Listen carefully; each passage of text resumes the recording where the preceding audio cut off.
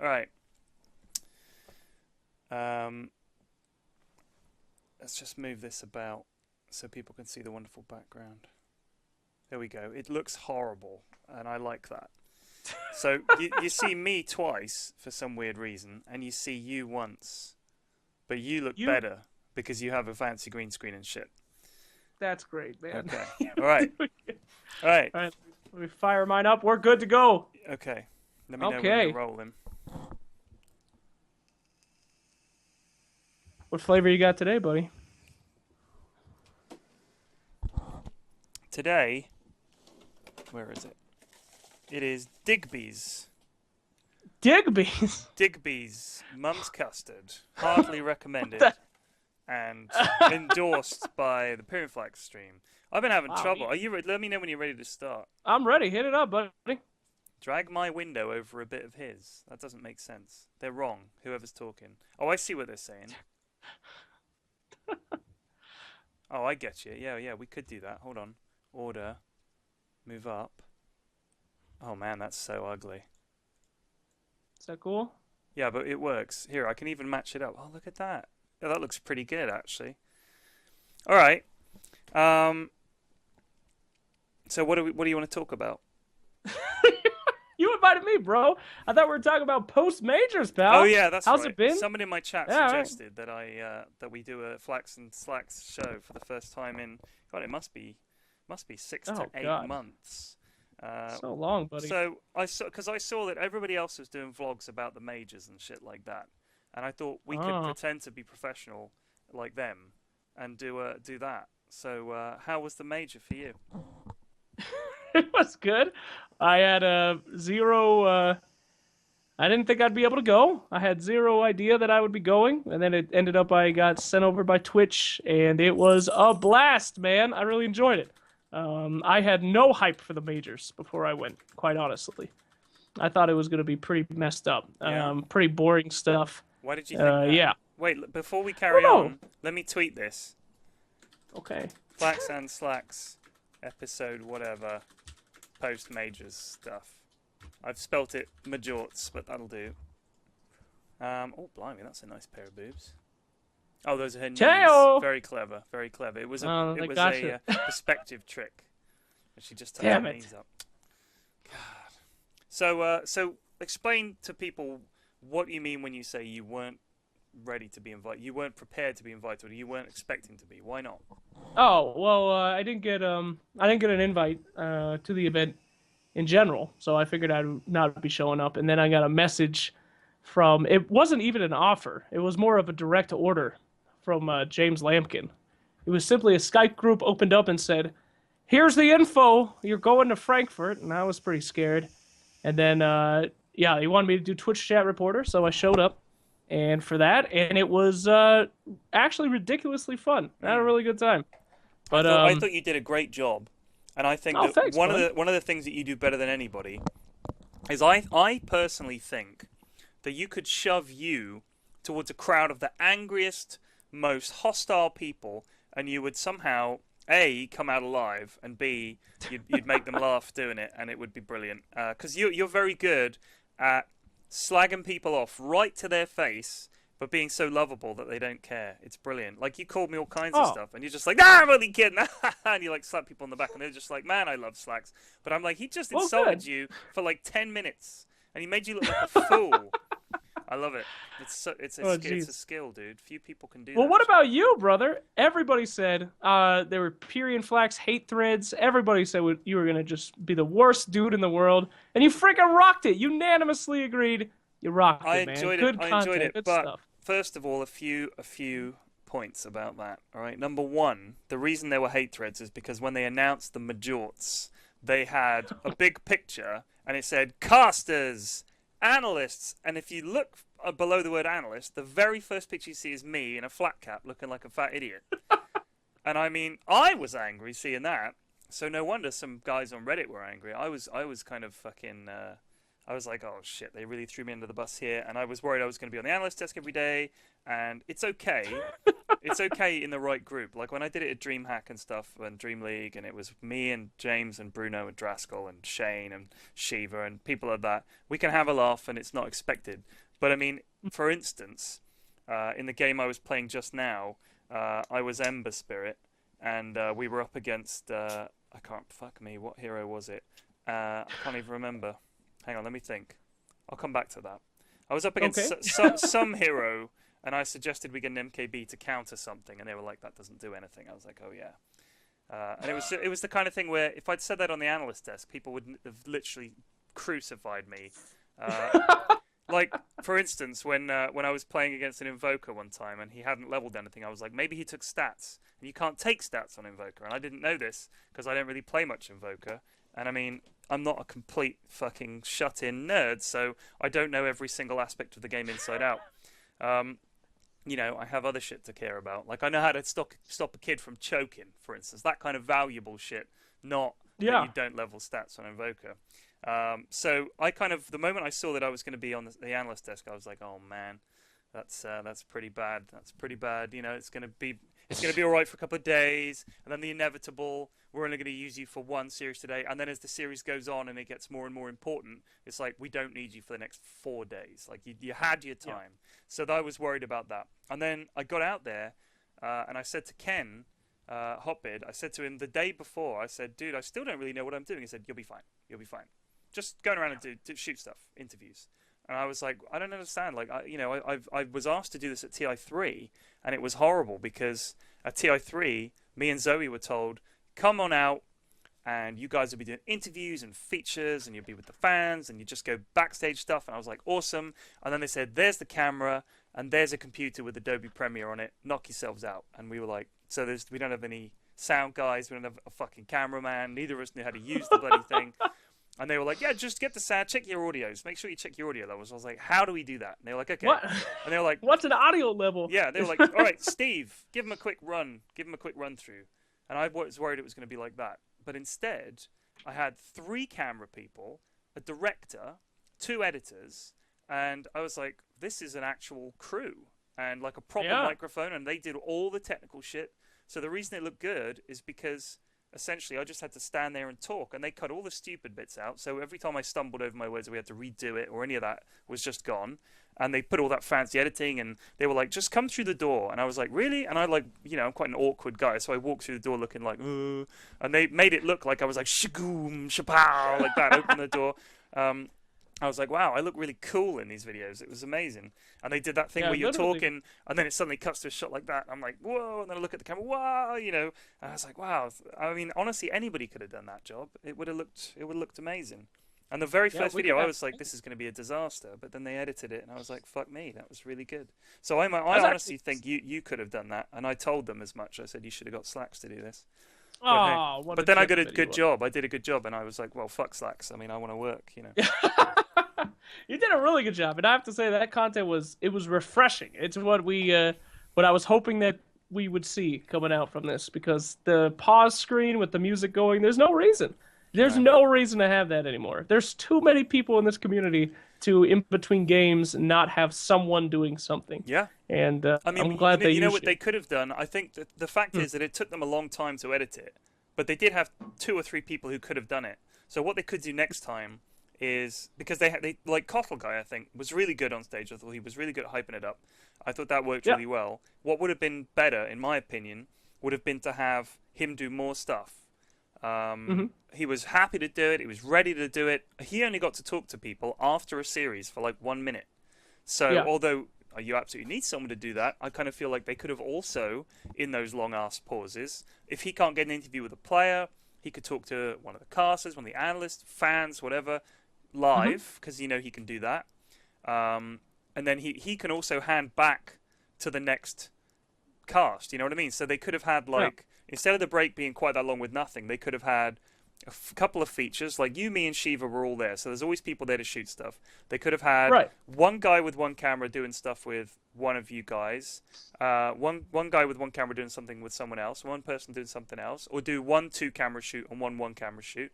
Just one of them's a bit more ragged and rough and less edited. One of them is really polished, and I mean they could have done that, but I mean because they were like, man, these pause screens are deaf. Because a lot of people just go, when's the next game? And they Right. just fuck off. So, yeah, it was I tricky. mean, to be honest with you, I don't know why they don't invite more people to just do fun stuff. Like, remember how many people submitted to the short film contest? I mean, imagine if a tournament's just like, hey, Dota people out there, make some content. We'll play it in between pauses. Do you know how psyched people would be to do that? And nobody does that stuff. There's Yeah. literally no reason to have a pause screen. I mean, we're overflowing with people that want to do stuff. And if money's a problem, people will do it for free. I know if ESL contacted me, they're like, Slacks, we'll pay for your flight, we'll pay for a hotel, you get paid nothing. Do you want to do this? I'd be like, hell yeah. That'd be great. I'd do it. Sure. I'll do anything. I think that's a really good point. Because the short film contest was so many people put stuff together for that. And as long as you were like, it can't be offensive because it's going to be broadcast to a ton of people. You know, it can't just be, just shouting the word cunt and then killing Quap over and over again or something. That would be a sick film, though. Right. I mean, I'd watch it, but, it needs to be something suitable for broadcast. So they do have the final say. But all the ones that they submitted to TI, they only showed, like, the tip of the iceberg. They were, like, every day on Reddit, there were a ton of threads saying, here's my video. Some of them were garbage, of course. But those are funny in another way. So, yeah, I agree, mate. I think you're spot on. They could have done that. But, hey. This is the first major. Maybe they'll do that for another one. But the next one, of course, in China. I'm not sure that they're going to have much of a need for in-between content featuring you and me. I'm not sure it would go down well with the Chinese audience. I'm on it. I bought a book yesterday about Chinese culture, dude. I'm freaking... Really? I think I might be a descendant of Lu Bu. Who's it's that? True. Did you say? I don't know. Did you say a descendant? Descendant of Lu Bu. A descendant. You don't know Lu Bu? You don't know Lord Cow Cow, bro? You gotta get on it, dude. Man, I'm out of a job. Slacks has got it. Oh, yeah. And you've got a fucking drink from Sonics and everything. I mean, Jesus. I do, yeah. The Chinese major is going to be an interesting thing. Not only do we have to pass the Great Firewall, but we also have to decide if these people that are hiring have any need for English whatsoever. Like, how is Perfect World going to figure out? In my opinion, I think they're just going to pick a studio. They're just going to be like, yo, BTS, get out here and do it. And then that studio has about zero desire to hire anyone else out of studio. It makes zero sense. I also think if you look at what the Chinese cast got at the ESL, the Frankfurt major, they had the three analysts over there, and they had the three casters, and it seemed to be the same group of guys all the time, so they must have been knackered. And on the Chinese stream, between games, they played my videos. And everyone was like, yeah. And I walked in on the Chinese to the obs room, and there's Wepas and Scrift doing all the obs in and Knoxville and that. And I look over, and I was like, oh, they're playing my video. Because, oh, yeah, that's the Chinese stream. It's a little bit ahead of ours for some reason. I was like, why are you playing my interview with Slacks on the Chinese stream? So... to all those people in China watching. You're big at Chinese. You and me went out there. They must have been like, who are these two clowns? Like, all the people in the West were already thinking, who are these two clowns? At least they know who we are. China, I mean, that's unbelievable. I wish the English stream just got like a Chinese interviewer for like 5 minutes, like, Shay Shash, what's like, yeah, sick. Oh, man. That's what, I mean, maybe we won't get hired then. They're familiar with our faces now, maybe. Man. We want those guys. They're the best. Teach them Chinese. You got 3 months. I mean, like, if they got us out there and they said, like, let's say that they hired, I mean, it's Perfect World, but apparently they'll probably go to Mars TV. And Mars TV will probably look at it and say, well, we obviously need English coverage. And that'll cover the whole of Europe and America. So it is a big audience.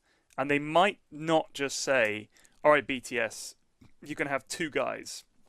They might say you need more. And I think for the majors, like, I'm not sure. For Frankfurt, I'm not sure whether ESL were given carte blanche to hire whoever they wanted. I don't know if Valve made some suggestions. It's hard to say. We don't really know. For what I heard, it was an ESL joint. Then but I don't know. I'm sure if Valve wanted to, they could be like, this is uncalled for. Pyrion must be there, but I doubt anyone has ever said that. He's essential to the community. But yeah, I don't know. I'm pretty pumped about it. Will I watch any of the Chinese major if I don't go? No. I didn't watch a single game from DHC. I ain't waking up for that S. But you know, What do you God mean bless S? them. You can swear on this stream, you fucking idiot. I just said cunt. Like, what are you saying that S for? Some of us want to get invited to the Chinese major. We're not gonna start cursing on a Twitch stream for Oh, you're God's right, sake. yeah. This is for mature No, would you audiences. go though? You would go if they invited you, wouldn't you? If I was paid, I don't want to go for free because it's like I'd go for free. Yeah, I know you would. I'd eat some. Hire this guy. He'll go for free. We'll work for food. Literally, we'll work for food. I mean, the thing is, I've got to justify it to Mrs. F, and if she'd probably have a job by then, fucking hopefully. So Yeah. that means I'd have to get childcare, which would mean, I mean, China. That's a fucking long way, homie. That is a long old Dude, way. screw it. I wouldn't even tell my girlfriend. I'd leave a ransom note, and I'd be out. Like $2,000 for your boyfriend, or he dies, and then just come back like a week and a half later. Right, but one question. Now, come on, man. This is the once in your life. That's what I always think Listen about. to me. I have always wanted to go to China my whole life. There you go. As the There you first time I had egg fried rice and noodles, I thought I want to go to the land, Racist bastard. the land that created this wonderful cuisine. I did. Like, I honestly thought I want to eat Chinese food in China because the stuff we get out here, it's good, but I bet they do it better out there. Have you seen videos of what Chinese food is? It's like fucking octopus legs and shit. It's disgusting. You should look it up. Now apparently I'm the racist in this conversation, and you're like, Oh yeah. they eat fucking I've been monkey reading brains. a lot about China. Trying to get yeah. out. Woo boo and all that, whatever. Boo, Yeah. loo boo. Loo boo. But I mean, honestly, like if yeah. let's say that we were invited to China for some reason, someone fucked up and they hired Yeah. us, okay, and we went out there and they just said, we want you guys to do. Hey, there you go. There's a guaranteed hire. The Chinese love pugs. Yeah. And you know breed. what? They're very good with chips. I'm sure they have them in a souffle Yeah. or a salad or something like that. The Chinese. What? Oh my! Did you just make a Chinese people eat dogs joke? You ain't getting invited, bro. I did. You just That's fucked it. up. I'm out of a job. That's it. You're out, dude. But they Chinese do. I mean, royalty, they though. do eat dogs and cats. You can buy them in They the do. street. Like, it's not even racist. That's just a statement of fact. I'm not having a pop at them for it. I'm just saying that they do. Having a pop at them. Yeah. Well, I'm not having a pop at them. I'm They not just having a eat pop at- fucking dogs. Oh, dear. Jesus Christ. Okay, but Oh, yeah. shit. Wait, continue your wait. thought. What? Worst rapper to ever spit on an open mic. We just had a What's happening? resub. Sorry, it was a 9-month Hey! sub. Thank you. Resubs. 9 months Good. ago, he subbed, and now the baby Damn. has been born. Flax and Slack Show, episode 57,000. Woo! Post You made us, Daddy. post majors. Thanks.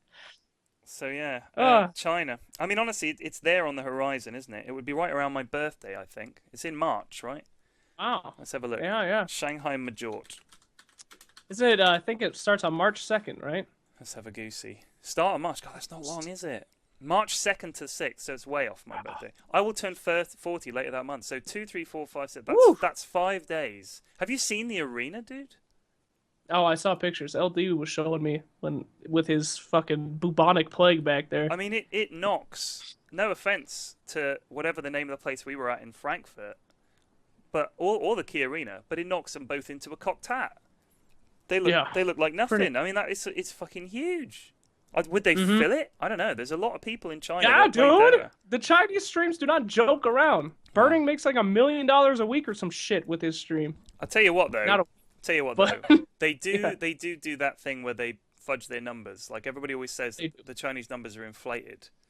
But I'm not sure if that's true. So things I've heard. First of all, the pollution in Shanghai is proper terrible. So if we went out there, we'd have to wear masks and stuff when we went outside. That'd be tight. I guess you can vape. I mean, it's probably an improvement on the air That'd quality. probably be very dangerous. You want to get as little into your lungs as possible out Take there. a good deep breath. What if and just- Valve provided us masks? Wouldn't that be sick? Like a Valve style like a Dota gas mask? Yeah. Yeah, like old Combine ones from Half-Life 2. Oh, man, you got me excited. Yeah, that would be. I want to go. But yeah, dude, I don't know. There's so many what ifs. I mean, going to Europe is one thing, but China, Yeah. there's just so many. That, what the that- hell? Yeah, that's the dream. I want to buy all kinds of weird shit in the shop.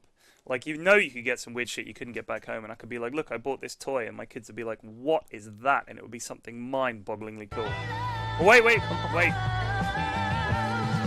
Oh, we gonna do this every time? Worst I have rapper that ever resub too, spit on bro. an open mic. Thank you, Big Daddy, for the Thanks, resub. Ben Daddy. Don't bring home anything from China, dude. Why not? I don't know what they got going on over there. Didn't they have SARS or bird flu or something? I don't. So stupid. What's that? I got you a toy, kids. Don't breathe near it. It's got bird flu. Don't lick it, kiddo. Jesus. Okay, well, let's talk about the major, right? Let's forget about next unsub? major. We're Somebody all just excited. subbed. Would you stop? Could you focus for 2 seconds? Thank you, Jesus Malt Speyside. What am I meant to do if someone subs? And I mean, you know what? Someone came into my chat Slack, so I'm not having a go at you, all right? But someone came into my chat and they said, fuck Slacks. All right, that's what they said. I resubbed and he didn't say shit. And I thought that sounds like Jake, but I also thought fuck them. But I also thought maybe they wouldn't sub again. Maybe they would retract it. So I love the resub. I dance. Bro. I will dance for the money. Okay, I don't give a fuck. Just like I'll go to China for the money and for the experience. I say good job for the subbers and stuff, but not when I'm doing a show. You gotta have a little professionalism, bro, here. Dude, you have a dog on your lap and you're sipping Sonic. 10 years from now, your kids are gonna be watching the show and be like, Daddy, why are you dancing? Why do you dance? You think my kids are gonna go and watch Twitch VODs 10 years from now? They're gonna look at my YouTube channel. They might. After you die in China, they're gonna be like, who was my father? You kids are the best. And whatever you do, don't marry that fella that you're thinking about marrying. He's no good. There you go. Some advice from the past. Don't listen to him, honey. We're gonna be a great couple. Don't, kids. If you ever see this guy and he approaches you, you just run like the wind, all right? And you shout very loud, and you find a grown-up, and you tell them. Jesus, this is getting real twisted. Yeah, this is. Okay, majors.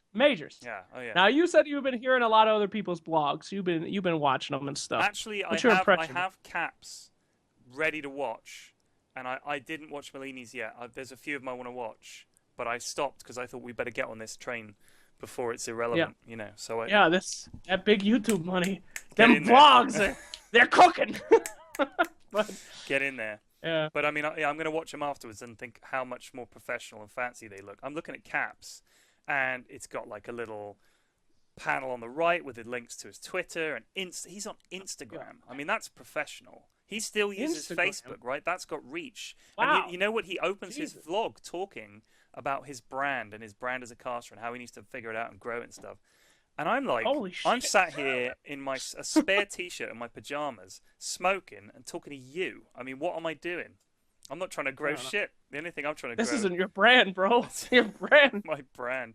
Guys, we're getting off message and off brand. Let's bring it back around. Let's bring it back to the brand. Sponsored by... I was given some questions by our mutual friend Munticus. Really? Okay. For you. Do you want to hear these for questions? Me? Yeah. We can come back to the majors, but I think it would be nice to take a break. Go ahead. Okay. Go ahead, baby. What would be take a break from what? We've talked about nothing. We talked about China loads. We can come back to this intense conversation. We need a break for the audience, please. Worst thing to knock at your door at midnight. You go down, it's midnight, you open the door, what's the worst thing you could see there? You know, I'm going to say nothing would be the scariest thing. Like a hard pounding at your door, you open it up and there's nothing. What do you think about that? Because then you don't know, was it a trick? Did they want me at the door so they could come in through the window? What if in addition to that, there is a small paper bag on fire on your doorstep, Slacks? What's the reaction? I mean, you're just saying the scariest thing would be some neighborhood kids pranking an old man. That's what you're saying would be the most terrifying thing. What if it was a knock at the door and then you heard a baby's laughter? I think, why are the kids awake? I mean... I just said Satan. What's your answer Satan. then? I mean, what's scarier than that? Satan. First of all, my whole literal devil. Yeah, he's knocks right there. at your door. It's not even like this scary thing. Yeah. He's just like, open the door and hello, it's Satan. I'm like, oh shit. First of all, my entire belief system has just come crashing down. Right? Because I'd be like, I didn't think you were real. And he was like, guess what? And I'd be like, he knocks. And he said, yeah, I'm Satan. The Lord of Darkness. I'm Satan, and I am here. Like, think of the worst thing that could ever happen to you, and now imagine that forever. right? That's why Satan scares me. So I'm like, yeah, what's up? Oh shit, you look funny. And he'd say, yeah, I'm Satan. I'd be like, this has to be a joke. He goes, no, I'll prove it to you. I am Satan. Here's a video explaining what's going to happen, and you're coming with me to hell forever. I'd be like, I'm fucked. You were the dumbest dude in the world. Dude, that would be terrifying. You'd be more scared if there's nothing there. You'd be like, oh, anything could happen. I am literally going to spend eternity in a hell that 2 seconds previously I didn't think existed, and now I'm going to be there forever getting tortured. And God's going to be like, you had your chance. You're literally there forever. You should have opened the door. You should have looked in the peephole, dude. Well, fucked. Gotcha. Shit, fucking Satan again. No, we're not home. Not today. He's like, shucks. Next time. So, is Satan like a vampire? Do you have to let him in? No, I mean. Oh, I got a subscriber. Release the pugs. What do you think about that, pal? You like that shit? But your dog looked up. He was like, you acknowledged. Went, All right. All right. Question 2. Would you rather have? All right. Now I might have to explain an aspect of this question, but let's ask it: a switchblade penis or suction pad feet? Oh, this is a good one. How sharp is the penis? It's a regular penis. All right, but when not in use, it tucks inside your body and can be deployed. That sounds great, actually. Suction pad feet would allow you to walk up buildings and things. Okay. That has zero use in the real world. Suction pad feet. If someone saw you walking up a building, you would either be arrested or shot. Well, you mean like that guy, the human fly, who literally does that, climbs buildings, not with suction pad feet, but he climbs buildings and he's famous for it. And you're saying you would rather have a retractable switchblade penis than a superhuman ability. Dude. What would you do with it? Mugger comes to take my wallet, tries to kick me in the dick. Nothing there, bro. I guess the testicles are still there. They're still there. I've made a terrible miscalculation. How about we expand it so all the equipment retracts? That's great. I'm all for that. Like that. Yeah, man. So you're going with switchblade. Let me just make a note of that. Okay. So, yeah. Okay. You would go with the feet? I would like the feet. I mean, it would be kind of cool. Switchblade penis. I mean, I don't really get that. The use is so limited. I mean, let's say if someone's trying to mug you, you can run up a wall like that and you're away. That's pretty handy too. That's actually a pretty cool sound. I don't know, but suction cups aren't... I can't even do that. They're like... No, they're not sticky. More pathetic. It's more like... They're not sticky. No. They wouldn't be suction. Listen. You would have Spider-Man feet. No, that's sticky feet. You're literally going... and running up the building. Question 3.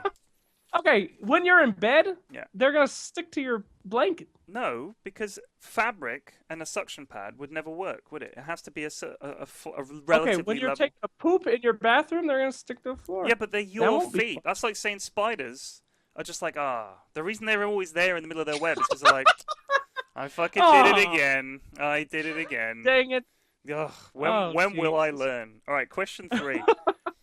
I'm going to give you a list of freaks. All right, these are all real people apart from one. And you're going to tell me which one is your favorite and which one you feel is the best. All right? And which one is fake. So your favorite and which one is fake from this list of freaks. All right. Number 1, Pinecone Pete.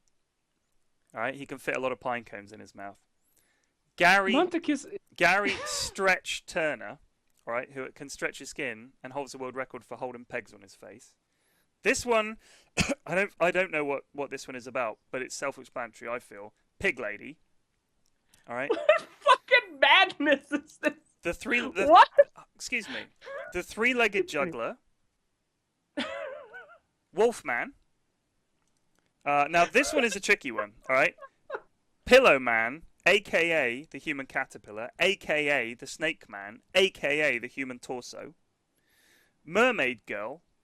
Or the Spider Twins. Sorry, the Spider Girl Twins. Pick your favorite. Which one's phony? Pick my favorite. Which one's phony? Yeah. Werewolf guy is obviously real. Okay. Hairy boys have always been around. Yeah. You said it so straightforward. Well, that's obviously real. Hairy boys. Hairy boys. Pillow Man, I would say is real because the people in the 1930s were cruel. guy with no arms and no legs, they would call that guy Pillow Man. AKA the human caterpillar, AKA the snake man, AKA the human torso. Yeah. Skin guy's real. Anybody who's lost a lot of weight can do that. Who else we got? Pinecone Man can fit a lot of pine cones in his mouth. So far, you've okayed Gary Stretch Turner, Wolfman, Pillow Man. So you got Pinecone Pete, Pig Lady, Mermaid Girl, and the Spider Girl twins. I think they're all real. No, those all sound there's a phony. Plausible. Okay, I'm gonna say Pinecone Man. Oh, you're so good, Slacks. You are so good. Everybody but Pinecone Man. Yeah. What do you think? Pinecone Pete is made up. All the rest are real. I knew it, dude. People are cruel, but nobody wants to put a pine cone inside of them. That's true. A fact. That Monticus made that one up. All right, so back to the majors. See, I just thought we could showcase the kind of things we can bring to China because they'd love that over there. I reckon. Them kids would love Spider Lady. They'd love them. We'd be like, ni hao. We're going to talk about switchblade penises and freaks. Now, we might need a translator for this one. Luckily, I know one. Jack, the Chinese translator. He's a golden boy. It'd be great to get him in there. That was great, wasn't he? Yeah, he was Jack great. was Do you know the funny thing is to us, the difference between one Chinese translator and the next is they speak in Chinese, right? I mean, as long as they can speak Chinese, technically, to us, it's like, well, whatever. But they were like, no, he's really good because he actually puts emphasis in the right places and he really captures the meaning of what they were saying and stuff. I thought he did a great job. And he was a lovely guy, even though he was out of a job on like day 3 or whatever because all the Chinese teams got sent home. No offense, China. Please invite. But yeah. Sorry, China. We love your team. Are they on Twitter? Are the Chinese allowed on Twitter? I don't know. These are the questions I ask myself. Perfect world. See, they're not even on Twitter. What the fuck? Oh, don't start this shit again. This is how you got Justin Rowland. You calm down. You fill me in on what you're doing, goddammit. I'm Googling Mars Put TV. me in, coach! The one Mars tweet. TV Yao Yu. 927 right, followers. Welcome to Mars TV's official Twitter page. We produce content for several esports titles, followed by Beyond the Summit. That sounds legit.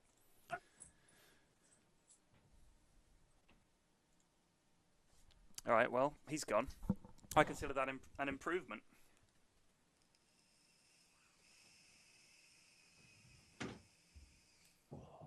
Sorry about that. Man, my dog, he is the stupidest creature in the world, but that dude knows exactly when it is 4 o'clock. On the nose. That's when dinner time is. Wow, yeah, He will run up to me and be like, it's 4 o'clock exactly. Give me my food. And he doesn't know anything else. Anyway, what'd you find out? Mars TV, they got a Twitter, dude? Can we get on? Follow them. They've got less than 1,000 followers, shit. dude. Get on it. Oh, yeah. Followed by BTS. Ni hao. Yeah. No, I think they're English language. I mean, I think they're... Perfect, but they don't know that I'm not Chinese. That's I'm true. just going to post Chinese tweets from now on. You'd have to put them in Chinese characters, otherwise they'd see through your ruse. Mucho excited for Major. Oh, man. All right, God. Anyway, so, I don't know. Here's a thought. Let's start this conversation off. Okay. Because I want to get this off my chest about the Major. I think that the current way that the Major was run was great. Everybody did a good job. Great job, everybody. But I don't like it. I think it's the wrong way to do it. Every Dota event, they try to make it more and more serious. Yeah. They try to make it more and more professional.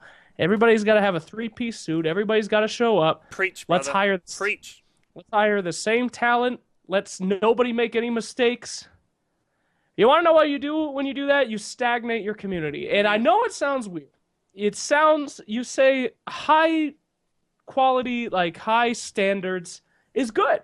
Everybody likes high standards and professionalism, and that's great. But what you do is you appeal to only one crowd, and it's the smallest crowd you have. Most Dota players, I would say 90% of Dota players, do not give a rat's ass about professional Dota. Why is that? Because they don't care enough. Because people that do care, your 5 percentile that are like 4K and above or whatever, they already care enough about Dota to post on forums. They care to watch it. They care to actively research teams on their own because they're already passionate about it. And doing this high quality professionalism, you do appeal to that 5%. They want to know things that they've never known before. They want to see all that. And I'm not saying we shouldn't have that. I'm saying that that's great. You should have that. But you need to appeal. You need to have fun with it. And that's one thing that I kept seeing at the major and a little bit at TI and even more at the major. And that direction that we're going is people feel like we are not allowed to have fun anymore. Even your content, which was great. I really liked your content. But it was a little neutered. You got to throw in some jokes, but you weren't doing anything crazy. It was like your typical, here's the trophy, here's this, which is great. Yeah. The panel was, despite me loving everybody on the panel, despite me saying they're all doing a great job, the panel at some point was boring as shit. I can say that. It was just, the information was great. But where's the entertainment value? And some people just have to carry that entertainment value, and using those same people over and over again, despite how good they are, I feel like it stagnates. And when you get the perfect thing, the most professional product, you've left so much of the player base that, doesn't really care about learning more. They want to be entertained. And I feel like we're moving more away from entertainment to professional analysis, and that's not what we are. We're video gamers. We're having fun. If we wanted to go watch professionalism, we'd be watching. I would say the NFL has more fun than we do at ESL. If you watch like what is that NBA show with Shaq and Charles Barkley and those guys? Right. That show to me is what we should be aspiring to make. Is like a show that they talk about the games, they have some analysis. But the feeling is that these guys know the game so well that they can make jokes that make sense to fans of the game, right? Right. But it's also appealing to me as someone who doesn't really enjoy basketball. I'll still watch that show. That's a funny show. What's it called? I can't remember what it's called. Someone will say in chat. I do agree in part with what you said. I don't think it's only 5% of the viewers that want. Yeah, you're probably to look that good. was a. I think that but I get your point. I think the problem is that a lot of people, the only outlet that we've got to really gauge public support, and it's a minority of public support. There are millions of Dota 2 players and 100,000 odd watching each stream minimum. And you'll see a post on Reddit that's got like 150 comments, and that's like a reasonably big thread on Reddit. And that will be the cue for what we should do. So I think we've limited ourselves to the people we listen to Reddit, and people who post on Reddit. I'd never fucking post on Reddit if I can help it. And most people I talk to don't. They lurk it or they post it. Yeah, you post like once a year and a Valve employee comes in and they're like, I agree with you, Pyrion. I mean, it's the only way to reach some people. And I think certain companies overvalue the feedback from Reddit and see that as like everybody. Whenever I go to an event, it's always the same thing. Did you see the Reddit thread? And I'm like, this should not be the go-to. What is good? Like, this is not the stone from which all truth emanates. I really don't think that, because everybody knows that people on Reddit are fucking idiots for the most part. The people that post, they are. It's not funny. It's not. Have you ever read the funny comments on Reddit? They're fucking miserable, dude. Occasionally there's a really funny one in there, but most of the funny ones get downvoted because they're too hostile, because they're actually funny. All right? Most of the threads is just the most obvious, most awful jokes, and it's painful. What they want to see is what I saw on the panel. It did devolve a bit into, let's have in-jokes about Malk and how much we dislike Malk. And after 5 days of hearing that, I'd personally had enough, and I thought it needed a bit of a shake-up. And I think that if you want to have a panel where people can joke around and have fun, that's great. But I do think it was a bit like the kind of... It was just got a bit stale, you know? And I feel like it would be better if they got some more people on there. I know that they love to get players on the panel, and I think it's great when they get players on the panel. But obviously most of the players either want to be playing or they're too sad because they got knocked out and they don't want to go on the panel. What I think we're going to see is two things because of the direction that we're going. There's more money in it, and it's being more professional, and they're going to look like Paul said. Paul Challoner, he tweeted that given the amount of money in esports now, it will not be long before TV people come and present Dota events and sit on a desk at Dota events. Right. And I mean, if you could have had someone like, and this is purely a name that I'm just putting out there, let's say you could get Justin Roiland to sit on a panel, right? That would be that would be hilarious. Everybody would love that. He doesn't know anything about the game. He's just a very funny guy. You would get the same people on Reddit saying this is no good, but I bet people would enjoy it. I bet they would enjoy it. And I forgot. Well, we have a lack for that. I agree. But I'm sorry to interrupt you. You had more to say, buddy? Yeah, I'm just trying to remember what my fucking point was. It was quite a good one. I didn't care, but no, go ahead. Sorry I interrupted. No, I've literally forgotten. You say something and I'll think. Shoot. Okay, cool. Well, yeah, I agree with you. I will say that I think that the community of Reddit, anyone that posts on a forum is the trick is that they're passionate. In which way is the question? Are they passionate in their hatred? Are they passionate in their love? Are they passionate in their shit posting? We don't know.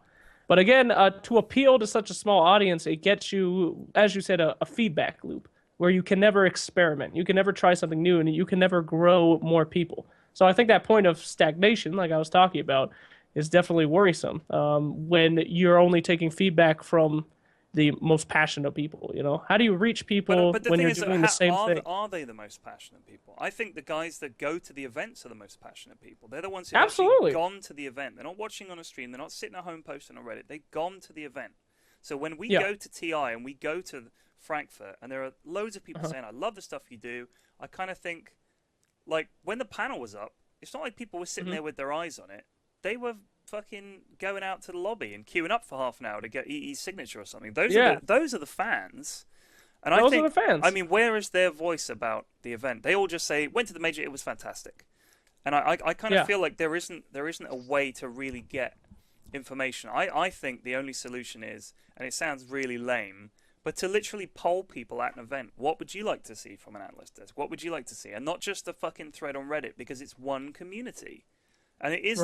It has a flavor. I mean, I'm a goon. I was a something awful poster for years. I still am. They are completely different from Reddit. The Dota 2 dev forums are completely different from those. The NA Dota forums are completely different. 4chan is completely different. You've got all these different opinions. 4chan hates everybody, unless everyone. Right. So it's like, well, you know, if we listen to just that community, but they do still make some really good points. I think it's kind of hard. I'm sure it's really difficult to come up with talent, and the easiest way is to say who was at the last major and hire those people. I know that's the concern a lot of people have. Well, I should also point out, Slacks, that you and I aren't really coming at this from an unbiased perspective. It's true. We're not. We both would know that we're not going to get hired as serious analysts ever in a million years. And the more it gets serious, the more we see our jobs disappearing in terms of being on events. Of course. So it's good to acknowledge. I mean, that, we're just venting here basically, but it is true that that's where we're coming from. But at the same time, we are at heart massive fans of Dota, and I do think that I agree. It would be great to see some more people and a bit more variety on the panel. And I would like to see a bit less, because the problem is when you get, let's say you have 3 analysts and the cast and the presenter talking about a game. It's very rare that they disagree. It's very rare that they have an argument. Right. It's generally they'll make a few good points. They'll try and one-up each other on points or suggestions and stuff like that. But it's pretty logical stuff. And there is genuinely one answer to the question, what should he have built here? And although somebody might throw up some suggestions, there's not like the kind of debate. Whereas if you think about something like that NBA show I was talking about, which name I've forgotten, you can say, they're a great team. They're definitely going to win it this year. Are you crazy? They're no good. And they're happy to make those kind of statements and to run a player down or really build a player up or run a team down. What are they doing with their management and stuff? And I kind of feel like we're not at the point where we're happy to do that. And so all we do is talk about the games, make excuses for the players, because a lot of the analysts are ex-players. So when you get them in there, they're going to be very tentative about destroying their relationship with players by flaming them. They're not going to flame team management, and they're not going to flame decisions and stuff too much. They might just say, yeah, that was a bit of a mistake. I think they got outdrafted. But what they mean is, what they privately want to say is, how the fuck did they let that happen? That was a disaster. I can't believe it. And I kind of feel like we're lacking perhaps that next level. If you watch a real sports show, they'll fucking slag a team off look at these clowns and stuff like that. And I do kind of enjoy that. As hard as it is on the teams, if we're going to try and be more professional, the players also have to accept criticism. I think that's the next step of analysis, is for us to really run a player down. But hey, it would be players, kind of hard. Should we move on to that? Should we move on to players? I'll move on to players. All right, cool. Players, man, I love them. Good guys. Every time I get to talk to them, I learn a little bit more about them. But I don't know what we can do. But I feel like the state of our players in Dota is just not fun. What do you mean? What do you mean? You mean players in our games, or you mean players like the pro players? No, I'm talking about pro players. It seems like every time. What's not fun about the players? Every time I try to go do something cool with them, or anytime anybody tries to go do something cool with them, it's always like this very fragile thing. Like, oh, they just lost. You can't talk to them now. They're very upset. Or, they're getting ready for their game. You really can't try to approach them right now. They want to do their game. When I was at this event, I'm looking to go talk to people, and I'm pumped. We are sitting next to these players, and for the first time ever, their practice rooms are right there, right in front of us. And I've never been so far away from players, despite being physically so close. Because it's like they are scared to like hang out with people, to talk to people, to get their opinions out. And it's not that they're scared, but it's just like, I really want to focus on this. Or you can't talk to them before the games, you can't talk to them after the games. You can talk to them for 15 minutes right after they win a game, or else they'll blow you off because they have other shit to do. Do I blame them for that? No. If I was playing for $1 million, I would want to have as much practice time as possible. But I don't know. It seems like the small teams, Team Unknown, Team Mineski, Cloud9, all that stuff, they'll go out and they'll have fun with people, but it just, I don't know, the big guys, the big fish, they don't seem to want to do any community stuff anymore. And that's a really good point. And the Smash tournament that the BTS guys hosted, they said that the difference between Smash players and Dota players, the Smash players, as soon as the game was over, they'd sit down on the couch and they would shoot the shit and they would talk and they would relax. Because when you get the players and they're just kind of chilling, they're really fun. Mm-hmm. And after the tournament's done, they're all relaxed and they have a laugh. I do kind of feel like maybe part of the reason that Dota takes itself so seriously is that the players take it so seriously that they never seem to unwind and relax, and they don't have that public face where they come and chat. Right. I mean, the player profiles are really good, but they're almost reverent in their sort of like, it's like, well, he has parents and a family and friends, and it wasn't easy. I'm like, yeah, it's pretty much the same story for all of them. I get it. I mean, they're really good. I love watching them. They're brilliantly done. But essentially, the story is pretty similar for most of the players. And I have nothing but admiration for some of those guys for what they've done to get where they are. And the fact that a lot of them, I feel really sad when some of them say, this is what I want to do, and their parents just say, no, you can't. You're going to be a dentist, whether you like it or not. And it's like, but this is my passion, and you don't know this side of what I do, but I'm amazing at this game. That's great. I wonder if the next thing that teams need to look at is media training for players, where they just get them used to the idea of sitting and talking naturally in front of a camera. Because any time you stick a camera in their face, they just freeze up and they just say, yeah, it was great. We got the heroes we wanted. It was a good game. We played really well. I'm really happy. Or, yeah, we kind of got out drafted. We lost the lanes. It didn't go well. The game was over. And it's kind of like, it would be nice to get some more out of them, you know? I agree. And there's some people that are fantastic at that. Like, you talk, I could talk, you could see No Tail at any time in the tournament, even after his biggest loss. You'd be like, buddy, what's up? And he'll always put on a smile for you. He'll be great. Guys like him, Dendy, Ice, they're always there for you. But then, I don't know, even Coddle Guy was talking about, like, after a team won, he would go for their victory interview. Yeah. And they would, like, spread out and run away from him, trying to avoid having to be like, oh, we had a good game. I mean, you got to have some fun, man. You got to, these players, people, you got to interact a little bit. As some people in chat have pointed out, that media training sounds like a good idea, but if you look at professional sports like football or baseball or whatever, the media training they get is, this is how to say something without saying anything. Yeah, you know, we just gave 110%. That's not what I'm talking about. What I'm talking about is they just need to be given a way to relax on camera and be themselves and just get used to it. And I kind of feel like if they get used to it, I mean, if you look at, I mean, it's obviously possible. We got lots of players who were ex-players or current players who aren't on a team who are analysts, and they're great. And I just think that it would be good to kind of, I wonder if it's a question of nerves or not really knowing what to say or how to relax or how to talk on camera and stuff like that. And maybe if we did interviews with them, what you would normally do if you interviewed like a professional would be that they'd have someone that you'd give the questions to and they could prepare ahead of time for the kind of questions, because they don't want to be given a question like, why did you guys suck so hard, and then have to say, right, you know, I mean, it's tricky. So you do have to be careful. They have a public image and a brand to represent, and the teams are defensive about that. But yeah, it is kind of weird that, I mean, someone in chat said that EG, after they got knocked out, went and sat in the crowd with the players, which is great. I think that's great.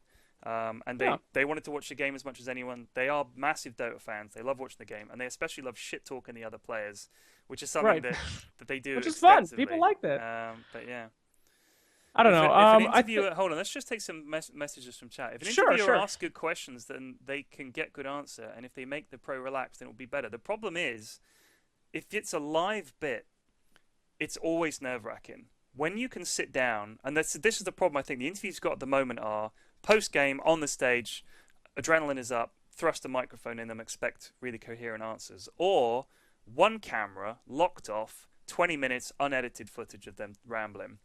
Those are the two kind of interviews we do. I think if you look at the stuff that I did, that level of production and editing as an interview would be really good, where you're walking around with them and talking and doing some various stuff. I think that would be better. And I also think that they're a little bit... they don't necessarily want to have to do an interview right there before or after the game. That is kind of nerve-wracking. But yeah, I agree. I think that's another idea for content would be interviews like that with players. But they did not want to talk to us like at all, because they were like, I just want to focus on the tournament. I'm like, you haven't got a game today. Come on. But like, so in another point I pointed out, I was talking about the Smash tournament, and they're not playing for big money. But it's all relative, and they were like so excited to be at this tournament that BTS are doing, and these guys have been playing Smash for years. To them, that's a big deal. And just because it's not $1 million or whatever, to them this is fantastic. They don't want to fuck that up, because they would love to see the scene get bigger and more people watch Smash. And the stream did really well, and it's great to watch. So I kind of feel like it is all relative, and you'll have lots of players from different games and different levels who would like to be playing for $1 million, but all right, only a few of them are. That doesn't mean that those players are excused from talking to us, because like we all need to provide content, and it's great for them if they look great in an interview. It's good for them as well, and for the team and stuff. But there you go. Yeah. Well, most people think that seem to think that I was talking about the players, like, oh, the players need to be better at this, and then I kind of am, but I'm mostly not. I'm not talking about the players need to be better interviews. I'm more talking about they should be put in situations where they have to mingle, which is more what I was talking about. How it's set up now is basically they are completely allowed by every organization to show up for their game, disappear. Like, go to their practice room, never be seen again, run off in the car, and that's it. And if organizations can be more like the Summit, again, sorry to quote BTS, but the Summit has some of the best content that comes out throughout the year, because the players chill in the house, and they're cool to do stuff, and they're hanging out, they're talking. It's a very comfortable, relaxed atmosphere.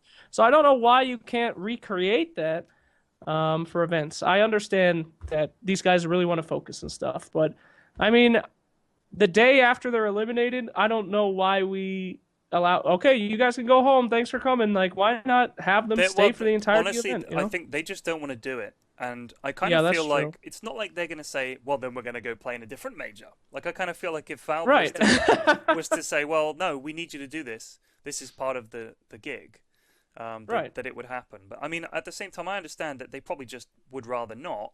But, you know, I think it probably is. Given that we are talking about a lot of money, more money than some golfers make, by the way, they can do interviews and chat and stuff like that. So, yeah, I think it would be good to see, if the players gave us a bit more, we would be able to provide more content. I'm saying we as in you and me. I'm saying we as in, like, personalities, which is the word I hate. People, which is a word I hate. I just, you know, it does feel, I think you're right. It does feel like it would be good if some of the organizations pushed the players to talk to us and hang out a bit more. And I'm not talking about sitting in the crowd and mingling with the fans, because, I mean, you know, I could imagine after the game, you saw when the guys rushed the stage, they were jumping all over them, and they didn't know that was coming. Right? They did not know that was coming. Terrifying. And neither did Kotl guy. That was obviously an on-the-fly decision. And I say fly, obviously he was on the stage. That was just an off-the-cuff decision where the guys just said, fuck it, and just pulled the barrier back, and the fans were like, are we meant to go on the stage? fuck it. And they ran on the stage, and the players were like, holy shit, what's happening?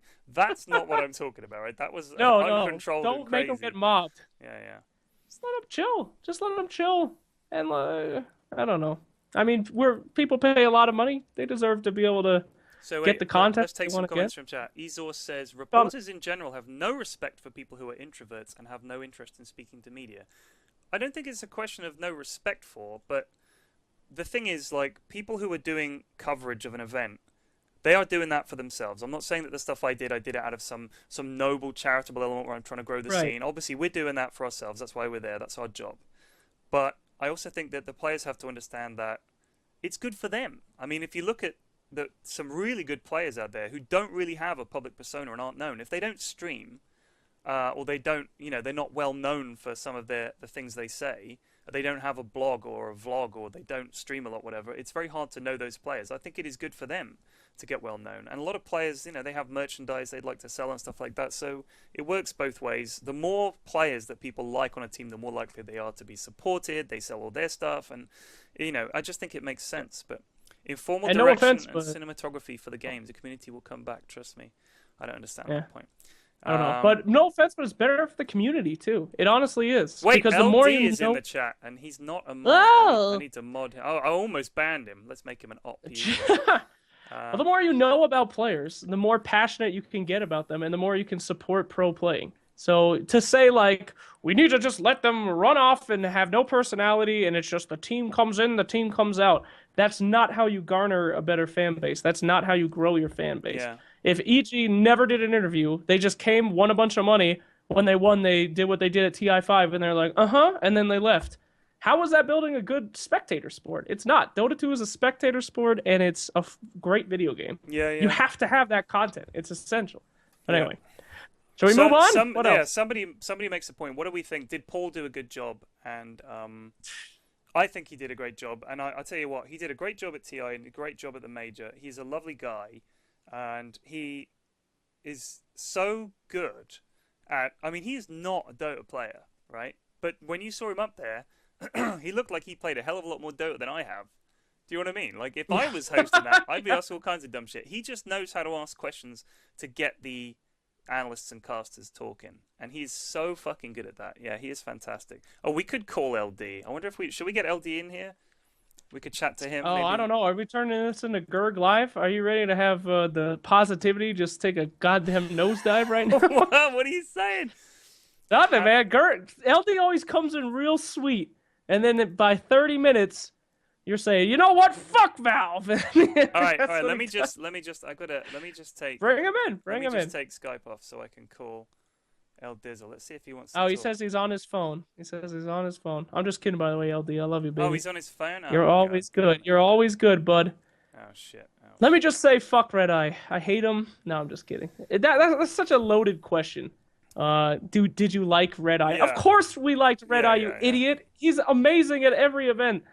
Can't have enough respect for him. A story about Red Eye, if you want to know why everyone loves him so much.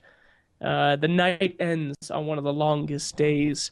It's like 10 o'clock at the Major. Everybody's going out and partying. And I asked Red Eye, I said, Red Eye, are you going out? You getting some drinks? And he says, God, no. I have to write the entire script for tomorrow. Yeah. And I say, why, buddy? Doesn't someone else do that? And he says, well, they could, but not as good as me.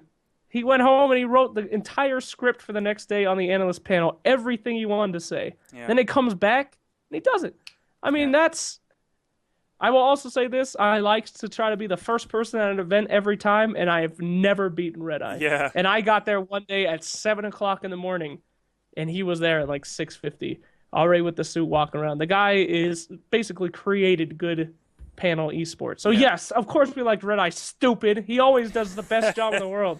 Well, I mean, the thing is, I am a massive James Too Good Harding fanboy, so I personally think that the element of esports, and this is not a criticism of Red Eye at all, but a lot of the elements we're talking about the panel and how to bring it down from being so serious, how to sort of change its mentality a bit. Once James stopped being used as a host for a number of reasons that I'm not going to go into, some of them because he's working on his game and everything like that. But I would love to have James back. I personally think that he's a brilliant host for esports in Dota. And any other game that he knows, because he is probably the most knowledgeable presenter that you could get. And his analysis of games is always really good, and he's extremely funny and very smooth. So if I saw it was Red Eye or I saw it was James, I would be just as happy either way. But I love James. He's a good buddy of mine, and he helped me out a ton early on. So I would personally love to see James doing some events as well, and I think the fact that we don't is criminal. Those two people represent what the perfect panel would be. Red Eye and James on the same panel. Expert analysis and things for viewers that don't care about expert analysis. That's what a panel should be. They are the tokens, the totem poles of what we should be looking for. That would be amazing. On both sides. Can you imagine if it was a desk with James at one end, Red Eye at the other, and like a selection of people in between, and who gives a shit in between? But no. I mean, comedy and analysis. That's what a desk should be. And as I said before, I think we're moving away from the James era, and it was what some people would consider the golden era of Dota 2 esports, TI2, TI3. Yeah. So I don't know. I will also say I arrived too late for James. I never got to see anything that he did. Really? I came in too late. So I've seen the YouTube videos, you never worked with him and stuff? Yeah, of course. No. Yeah, I mean, he was before my time. When I got into esports, he had already cut the whole thing off, basically. I never saw him on a desk. All those TI3 was right about when I got in, and I didn't pay any attention to it because I'm like all the other Dota players. I couldn't care less about pro esports. So. Because anyway. TI3 and TI4 was his last one. Did you do stuff at TI4? Yeah, he was the host at TI4. TI5 was when they brought Red Eye in. Oh, yeah, that's right. I worked at TI4. That was my first event, so I didn't... The thing is, we're actually kind of spoiled because Chobra is also a really good host, and I really like Chobra. I think that I think it would be great to have a mix. And I mean, as much as I really like Paul, I personally think it would be nice to have different presenters rather than just say, we've got our guy, and that's it. He does every single one. Because I think that does limit the chance. I mean, for instance, Red Eye was new to Dota when they got him in. If we're saying we like Red Eye, what we're saying is we just have him forever. Then we're also saying, well, then we never want to have another presenter. Like we'll just use Red Eye until he dies, or the game dies. And that's terrible. Because if someone doesn't like Red Eye, they're out of esports. Right. So I think it would be good to allow for new people to come in. And I mean, there are lots of majors, but for instance, I don't think you need Paul to do every single friggin' presenting for the entire thing. You know, you can try different people out. And also that mixes up the desk. You have different people, different hosts. And then for the main event, I completely understand. I think having someone who's got that experience and got that, dare I say it, gravitas is a really good idea.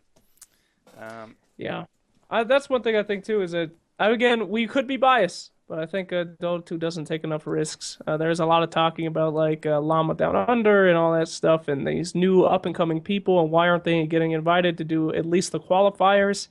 Put some new blood in there. If they don't work out, they don't work out. I agree with that. I mean, how are you gonna get more people excited if it's the same people over and over again, as we said? Yeah. But we'll move on. Question for you though. Yeah. Who do you think was the MVP of the major player as far as staff goes? Staff. Talent. Who do you think did the best job? Me. No Red Eye, because he's too easy. Definitely me. Pyrion Flax, master of comedy. I honestly think that the whole production, I mean, people were a little critical of the sound and stuff that we had on it a few times. And I know that a lot of us were a little critical of the fact that, for instance, Paul would say, and over to Cottle Guy with a post-game interview. And then he'd hold there for 5 seconds and he'd go, look around Shifty. And then they'd cut to Cottle Guy who'd be like, and then he'd go, and then he'd go, like that. And you think, somebody push the fucking button, whatever you've got to do, slide the thing. You must be watching the show because the producer has just said in Paul's ear, and throw to Cottle Guy for the interview. So the sound guy hears that, whoop, does whatever he does. I mean, it can't happen more than 4 or 5 times, and it did happen a lot. That's the only criticism. But I think that all the other parts of the production, the camera work was amazing. I mean, some of those shots they got. I mean, we didn't need to see up Puppy's nose when he's in the middle of the draft, but you know, if Or you did can, it was pretty incredible. Those cameras were ridiculous. Something up there we didn't. Yeah, Oh. maybe. I honestly think that people don't give the observers and the stats guys enough credit because they were in that room obsing all those games all fucking day long. And even though it's Scriff and Weppus and Pimp, they don't get a lot of time off, and they will do like an entire series. And if you think about how intense that must be, because you're not just playing the game and checking the minimap, you are literally having to tell the story, listen to the casters, listen to the producers, listen to the stats guy, follow the game seamlessly. So they have to have game knowledge, they have to have reactions, they have to make it look smooth and pretty, catch all the action. I think they did an incredible job, and I think it's easy to assume that that's easy, but there's a reason that Wepas and Scriff and those guys get hired every time, and it's because they're bloody good at what they do. And it's very hard to break into that. I mean, Pimp Muckle is probably the newest guy to get into that, along with Knoxville. K-pop is now like doing more truck stuff and stuff like that.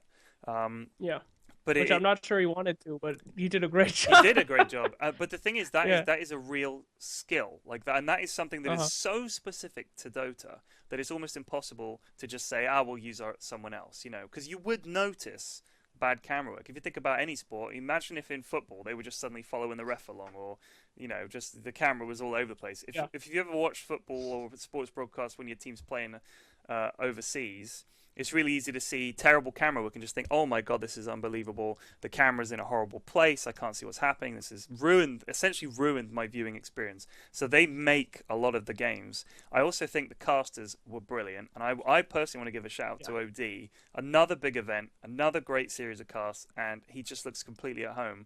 And this is, I think he's probably the person that I assumed was too insane to make it as anything that requires concentration or seriousness, and he somehow achieves this. And I didn't know this. I said to him, how do you come up with those sayings and all that stuff like on the fly? And he's like, I think about them. So all the times I've looked at Owen, he's just staring at a wall, and I'm thinking, that boy is dull and just as a brick. It's all going on up here. He just looks dull, but he's a genius, that lad. I love him. He is. I tell you what, he can't hold his drink, but if you can impress the Russian casters with your drinking, Flax, which he did. They all said to him, OD, I don't know how you got home, but you're a legend, mate. You're a legend.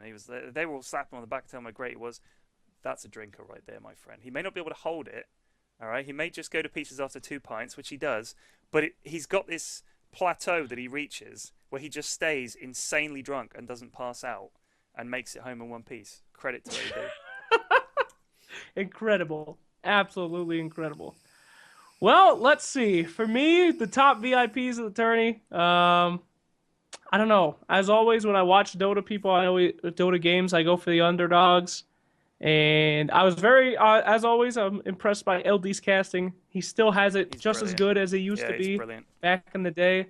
And it blows my mind. We watch clips from like TI3 and shit, and he's just as passionate as he used to be. He's my man. But I gotta say, there's a few people in chat. Llama Down Under. I think some people were saying that Llama is. I mean, I know she's a caster, and I think that OD, in many ways, to a lot of people who are trying to break into the scene as casters, if you look at the way OD did it, and I know how he did it because if you follow what he did was he worked his nuts off for several years doing low-level events.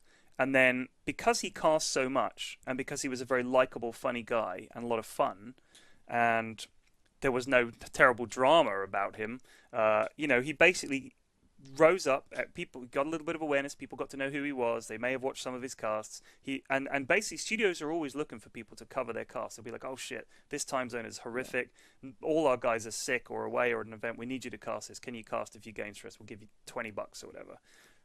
Take those gigs. And then do what OD did. Make some friends in the scene. It's not as hard as it seems if you're a cool person. I mean, look at Flax, right? I mean, he comes across have no skills as a thundering troll of a man, but I love him, right?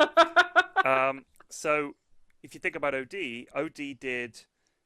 He was in Dirtmore because we were looking for people who were casters and streamers who had lower numbers and wanted to grow and wanted to cast, and he was in that, and I think he won it, or he got to the final, and that was really good. We had that great game where the 5 pros against the Enigma stack, and that was phenomenal.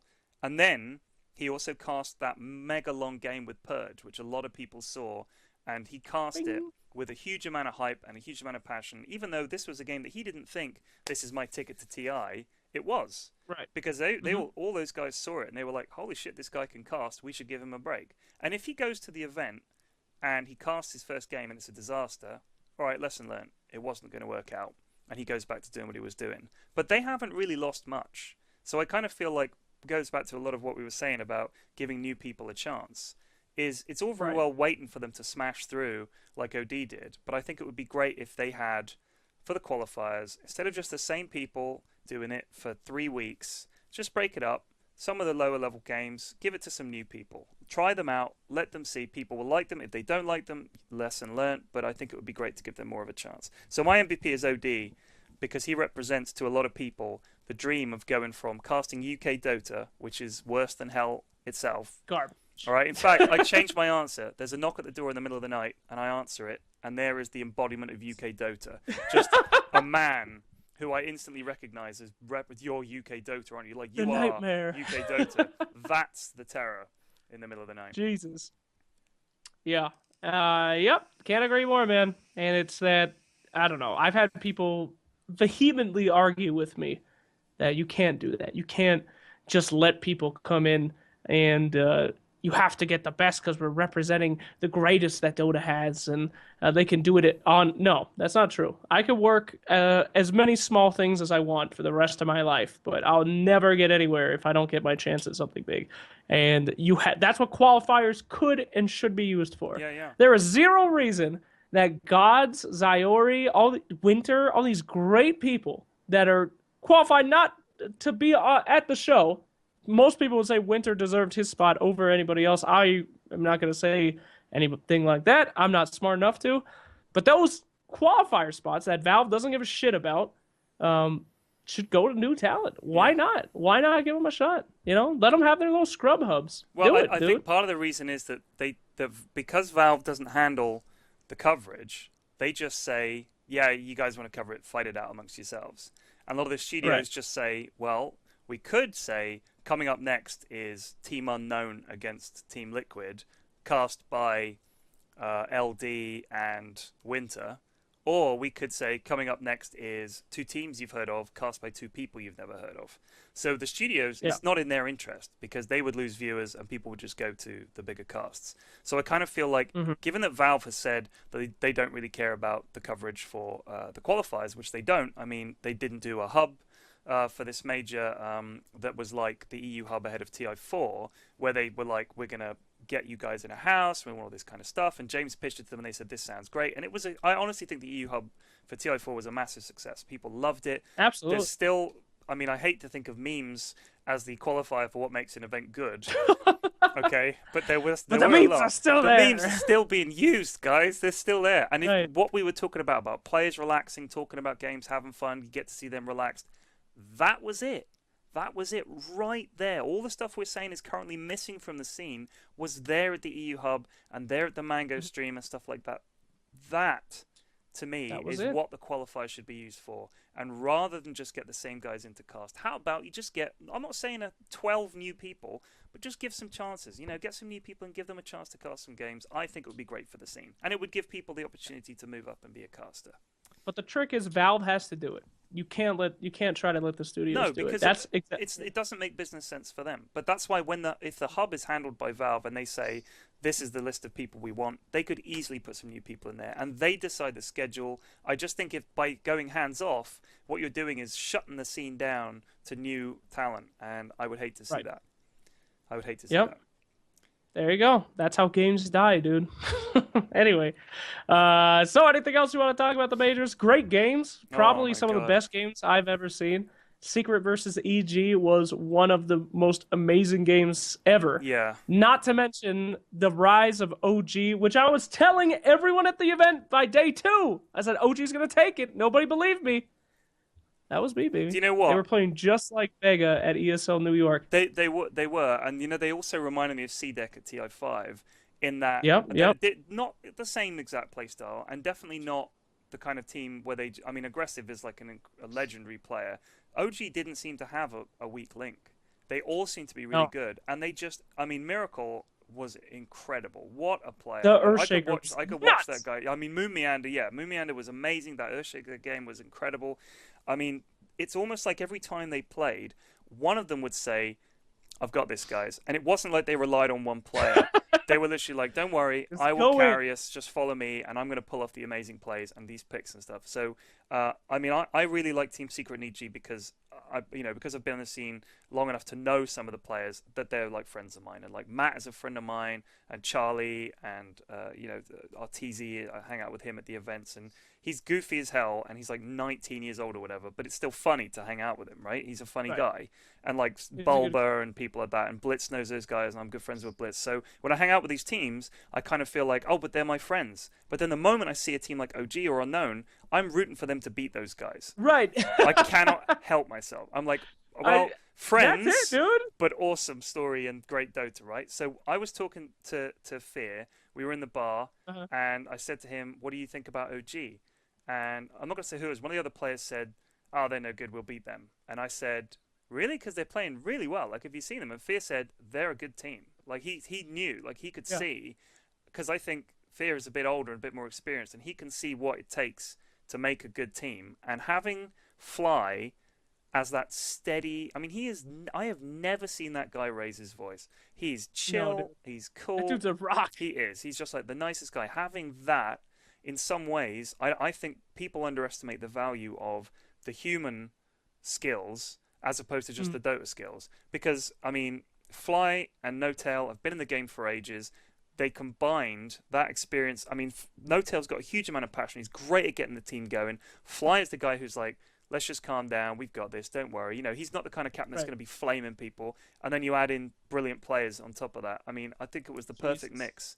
And a lot of great teams. I mean, look at Team Secret at TI5. I was like, how could they lose? But how could they lose? It was the same problem that always affects a lot of teams whenever they should win and then fall, is there were personal issues, which basically means 2 or 3 players fell out, or they blamed one guy and he wouldn't accept that blame, and the team crumbled from that one falling out. Yeah. And that is the thing with Dota players, is that as much as people flame each other in our pub games, the pros do the same shit. And they fall out and they're like, we fucking lost. We can't win with this guy. This guy's an idiot. His drafts are bad, blah, blah, blah. It's just crazy the way it happens. But I think if you're looking at a team like OG, it's not just that they played really well and won. It's how they were able to go from one game from going home to defeating EG and Secret and winning the top prize. It's more than just the way they played. It's about who they are as well. And I think it's brilliant. I'm so happy they won. They wanted it, dude, and I feel like that's a problem in with Dota 2. I will say, I think right now is probably my favorite competitive Dota 2 patch that I've ever seen. We got tons of heroes coming in, a lot of cool picks. We can say anything we want about production, the professionalism. This Dota that we are watching now is the funnest Dota I can remember. Yeah. It's amazing. But I feel like one of the big problems is that some teams just don't want it anymore. Like I don't know. Say any of the Chinese teams, please still invite me to China. China, all of them. Please. No, but seriously. Just kidding. Yeah. See you at Shanghai. Ni hao. We love you guys. Chinese teams don't give a shit. They sucked. They straight up They sucked, honestly dude. Don't even care. And even teams like EG and Secret, I love those guys too. But they're just like, we're going to win. And it was so good. It was so good to just see OG come in and just be like, you think you're going to win? Literally every analyst is like, it's going to be a Secret EG final. Of course, they're simply the best teams. And it's just the smackdown. I loved it, dude. So that care, man, you got to have that hunger. Yeah. OG wanted it the most. The thing is, like, name a sport where people don't want to see the supposed underdog win, right? And the fact that they had Miracle as well is like, already people are, I mean, the whole 8K, 8,000 matchmaking points or whatever Matt kept saying, right? I mean, if you put that aside, Blitz was saying there are like maybe 5 or 6 people in the world with that much MMR. And some people see MMR as being kind of meaningless, and I think up to the kind of level that we're at, if you're talking about the difference between 3K and 4K, it's noticeable, but it's pretty marginal. Once you get up to those kind of heights, the way the MMR system works is that you have this ever declining or what do you call it, narrowing sort of pyramid, obviously. Right. And these players at the top all play each other. And every time the pros queue, they're queuing into people they recognize. And that's how people like Miracle and that did that, was by playing in these games, these ultra-high MMR games, and not losing them. And more to the point, when you get close, I didn't know this, when you get close to 8K MMR, because there are so few players at 8K MMR, when you're at like 7,950, to balance it out, you end up with some guys who are like 6.5K. Yeah. Or barely 7. Carry 'em. And essentially the difference between 7 and 8, and the difference between 5 and 6, because of the whole pyramid thing, is so great that you've got this narrow band of unbelievable players topped off by these 8K guys. And all right, maybe you could say some of them, they always go mid and they always play a selection of heroes. They're never playing fucking Shadow Demon, or, you know, they're rocking Shadow Fiend and shit like that. But you're playing against other people who are doing the same shit. And you're playing ultra high level Dota in a pub. So the fact that they did that, I don't think it can be dismissed, the achievement of getting 8K MMR. In fact, I think it would probably be harder to get 8K MMR than it would be to win a tournament. And if you look at the number of people who have 8K MMR, the number of people who have won tournaments, my statement stands as true. Yeah, and a lot of people also don't realize that having that high MMR also shows passion. For 8K MMR matches, I was talking to somebody, I think it was Sing Sing, and he says sometimes he'll wait over an hour and a half to get a match, and it's just like he can only get like one match a day, but he still goes it, he still does it. And when's the last time you waited an hour and a half to play Dota for fun? I mean, yeah, it's not just a number, dude. Those guys work hard, they want it, and they still have an amazing amount of passion for the game, and it's a good indicator of who still cares, is who has that. But I don't know. I'm not going to say that just because someone's 8 MMR, they're going to win every game, but it matters. But that's where the personal thing comes into it. Because if you're 8K, but you cannot work on a team, what's the point? It's like being a brilliant footballer, but you never passed your teammates. So you just say, I just want to play by myself. It's like, well, you can't. This is a team game, you know. And you don't have to carry us anymore. Like, we're also really good, so you have to like trust us. And I guess if you've grinded your way up the ladder by basically solo queuing, imagine solo queuing day in, day out, Slacks, and maintaining your sanity. I mean, how do you, and your love of the game? I mean, it's terrifying. The love of the game, solo queue. Your solo queue is like, hard. I love this game. I queued for an hour and being called it all the names. I just lost 75 MMR with one loss. Brutal. I love this game. It's great. Yeah, that is unbelievable. So those guys are super dedicated, and but I think part of being that dedicated is maybe that you're perhaps not the best talker and the most sociable person in the world. So I think there is also a difference between when we want them to talk. Some of them are probably just quiet, shy guys. Like a lot of them are. When you talk to them, they are pretty shy guys. And then you've got people like Bambo, who doesn't give a hoot, and who I would personally love to see on an analyst desk, because I think Bambo is amazing. But yeah, it's an interesting one. But again, it's not about who they are. It's about forcing the opportunity to exist. No interviewer wants to have an interview with somebody who's shy, and they're not going to push it. Yeah, but it's giving them the opportunity to just escape without even having to think about it. Anyway, we're getting backtracked. Yeah. So, anything else you want to say about the major, man? Overall, what would you rate it? Overall, I think, like any event, I mean, if you look at TI4 was an amazing event, absolutely brilliant, but the game sucked. So we all think about TI4 as being a failure in some way, because the games were garbage, the patch was no good, it wasn't good, that final, you know. And I think if you look at TI4, it was incredible. It was a load of fun. I loved TI4, but the games were bad. And Frankfurt, am I keeping you up, buddy? No, go, buddy. I'm listening. You look tired. You're checking messages. No, I'm good. I got a message from my girlfriend, and I'm like, oh, yawning. fuck. I was in trouble. Oh, fuck. All right, go ahead, baby. Okay. Go ahead. I think Frankfurt, one of the reasons that we'll remember it as being a great major was that it was really well done. Everything was great, and they had great games. And that is the one thing you cannot control. And I think that in some ways they were very fortunate to get such amazing, memorable games and such a brilliant story. So we look at Frankfurt, we're like, holy shit, it was amazing. If the games had been bad, it would have been considered a bad event. And I think that that's really hard for the organizers, because they don't want to be lumbered with, Oh shit, yeah, Frankfurt Major. That was that final where everyone in the crowd fell asleep and eventually left. You know Oh that. gosh. So in that regard, I think it is. I thought it was a brilliant event, and I thought that they were very fortunate. They did everything that they could, and then the games carried them the rest of the way, I think. Yeah. I have to agree with you. As somebody who, again, thought that the event was going to suck and had zero interest in it at all, I was very pleasantly surprised. Production crew was great. They hired some really good guys. They kept the content coming, more so than some other tournaments. And of course, the games were incredible, but you can't control that. But overall, I thought it was a really, really good step in the right direction. And I would like to see some more of it. Although, again, the only thing I would say is that sometimes it got a little stale, but maybe that's just my preference. Maybe that's coming from a very biased source, which I will heavily admit. Yeah, I'm we extremely are biased totally about that. biased, but I also know what I like Right. to watch.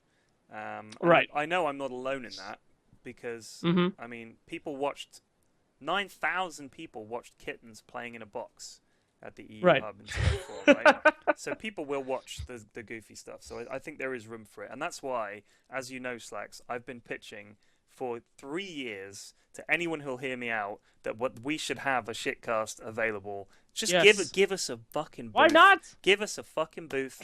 We will take one of the booths. We will cram everything we need into one tiny room. You don't have to worry about shit. But just let us do it. Just let it go. Don't even watch the stream. Yeah, Just don't let watch it it. go. Don't you don't have to watch it, guys. Just let it leave, go. leave it in the background. But I think it would be fantastic for a lot of the people, and we would give new casters a chance. I want to cast with fucking a janitor at Key Arena. Just grab him. Yes. You're casting with me. Someone's mum. You're casting. A couple Yep. of people who have no idea what they're watching. Get them in for a game. A literal cat. A fucking cat. Yeah, I would get anyone in there. And then we'd do interviews, and I guarantee you that if we had the right group of people, you would get players coming in, and we could talk to all kinds of people. It would be hilarious. I would fucking love to see the shitcast. So I've been pitching it for Yep. ages, and a lot of people have said, maybe, and then bottled it at the last second because they don't want to look like idiots.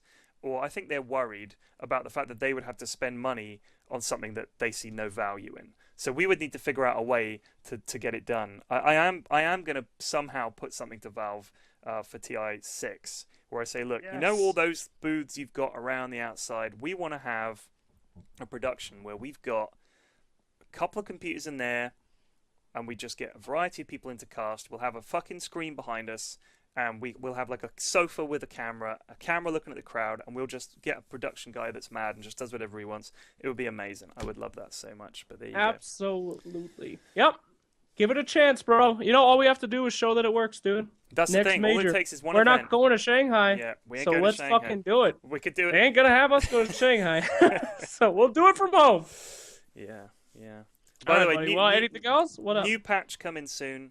I've heard a bit Woo! about. I've heard a little bit about it. I can't give any details Oh away, shit! but it should be quite interesting.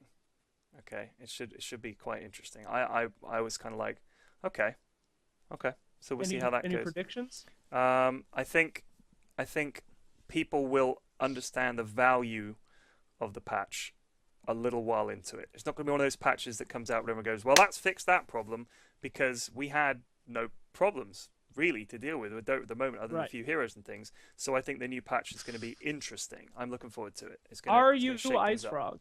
Is my question. No, I'm not Ice Frog. Are you sure? I'm 100% Because somehow you positive. keep getting invited to these events, It's true. and you know about these patches. It's So true. it gotta be- It's true. there has to be a reason. No, okay. I'm gonna say I think they're gonna rework Earth Spirit. I mean, Jesus. I hope so. They've got it. I think it's surely. just gonna I be haven't. I have they're- not seen the patch notes. I must hesitate. Okay. I'm not Okay. hesitate. I must jump in and But say you've I heard have not seen the whispers. patch notes. I do sometimes get shown patch notes ahead of time and asked incredibly, "What do you think?" And my reaction is always, "Why are you asking me?" And they stopped because I was like, It's- "This looks amazing," and they were like, "Is that your feedback?" I was like, "Yeah." Like, what do you want me to say?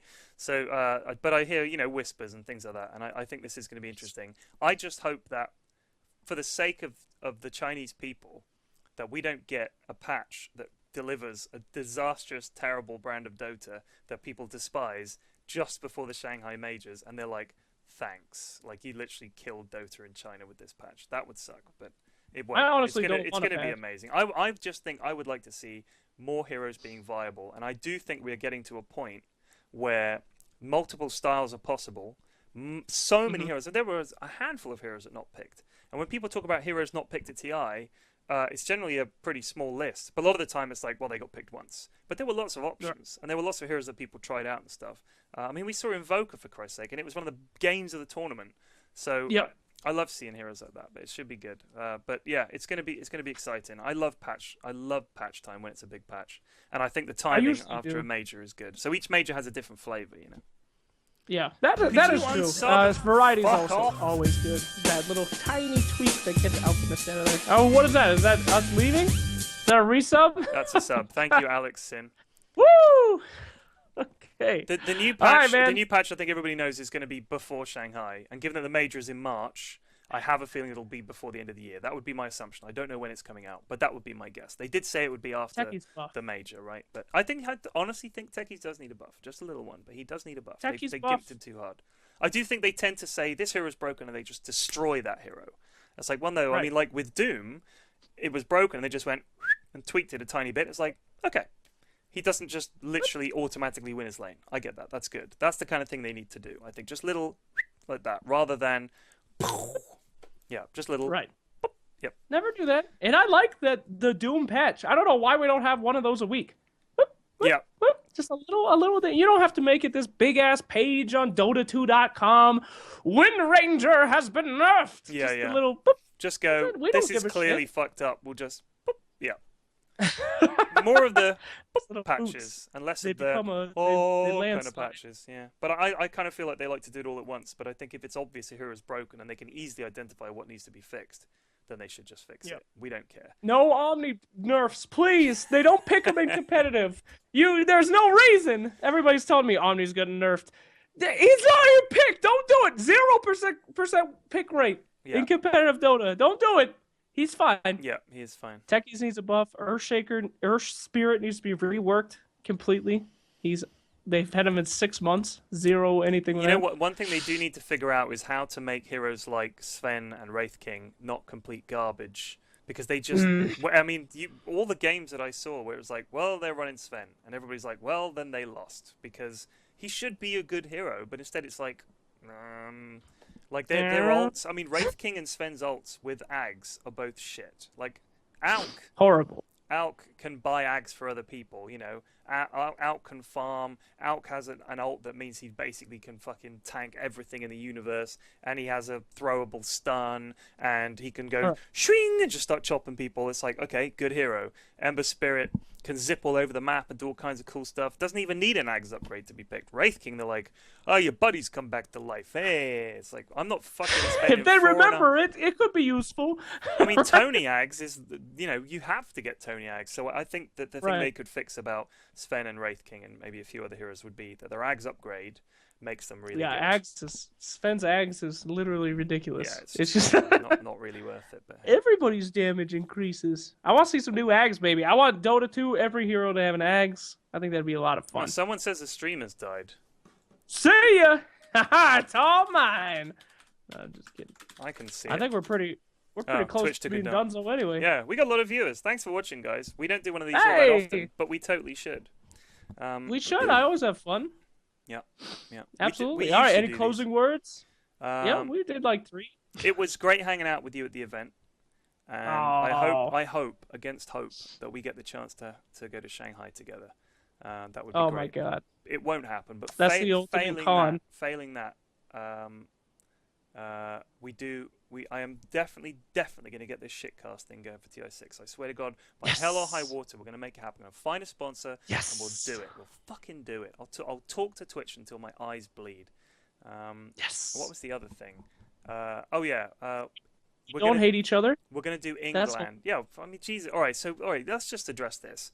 Some people thought the interview that I did with Flax was funny, and then the autograph thing where I pretended to blank him that was mean. All right. First of all, I told him I was going to do it ahead of time, and he was like, "Don't do it, please." No, you won't. He was like, "Yeah, that sounds funny," because we both have a fucking sense of humor, and it was funny, right? That was why we did it. It was funny. I mean, the fact that having to explain it at all just kills me, because there were people like, that was really mean. And they're like, oh, I didn't know Pyrion didn't like Slacks. I thought they were friends. I was like, what the fuck is wrong with you people? Like, do you think the camera would linger on his face like this? Jesus After Christ. all the editing in those videos, you think that one slipped They through? just, oh, whoops, we forgot. They hate each other. Yeah, it was just, I mean, the fact that there are people out there that are that dumb just blows my mind. Finally, let me plug England, okay? We're gonna do Dirtmall. I think we could probably get it done before the end of the year if we're lucky. Failing that, maybe a January Dirtmall. Yeah, dude. Hell yeah, winter dirt mall, dude. Winter Absolutely. The winter snow mall. But we do The mud have mall. England, which me and Shane, England is coming, and we're going to do that next year, probably March or April, if I'm being honest, probably April. But that is going to be probably in London, in fact, like 100% in London, and that is going to be, at the moment, me, Shane, Shiva, OD, and a few other people. If you want to come, buddy, you're more than welcome to come. I don't know if I can find the money to fly you over. I will try, okay? Because we have a sponsor. We have a sponsor who I'm not going to mention yet because we haven't announced anything. So we might be able to sort that out, because you would be perfect for England. So I will try my best to do that. No, it's not G2A. It's not fucking G2A, dude. I'm sick of getting messages from G2A. And a top tier professional player. Oh, PPD's coming? I'm not saying who it is. That was it. I'm not saying who it is. It's not PPD. But I'm not going to say who it is. Dark. But a genuine top tier pro is going to be there. Fingers crossed. Shit. Should happen, and that should be good. Prizes, we're not going to give any money away. Nothing. No money. All right. The prize is coaching session with the pro player and maybe some other shit. Yeah. But we're not going to have prizes because we don't want to attract those sort of semi-pro-ish teams. Because what happens is you have a bunch of guys who want to get drunk and have fun, and then two good teams come in and they go and they fart through everybody and they win, and you're like, this isn't even funny. Ooh, these guys aren't even buying bullshit items. They're actually playing good Dota. What the fuck are they doing at England? Boo that. Out. So there are a few players on my list that are not allowed to play. And I'll say this right now. Rhyme is one of the players who was barred from England for life. Damn. And I'm going to come up with a list of other players too.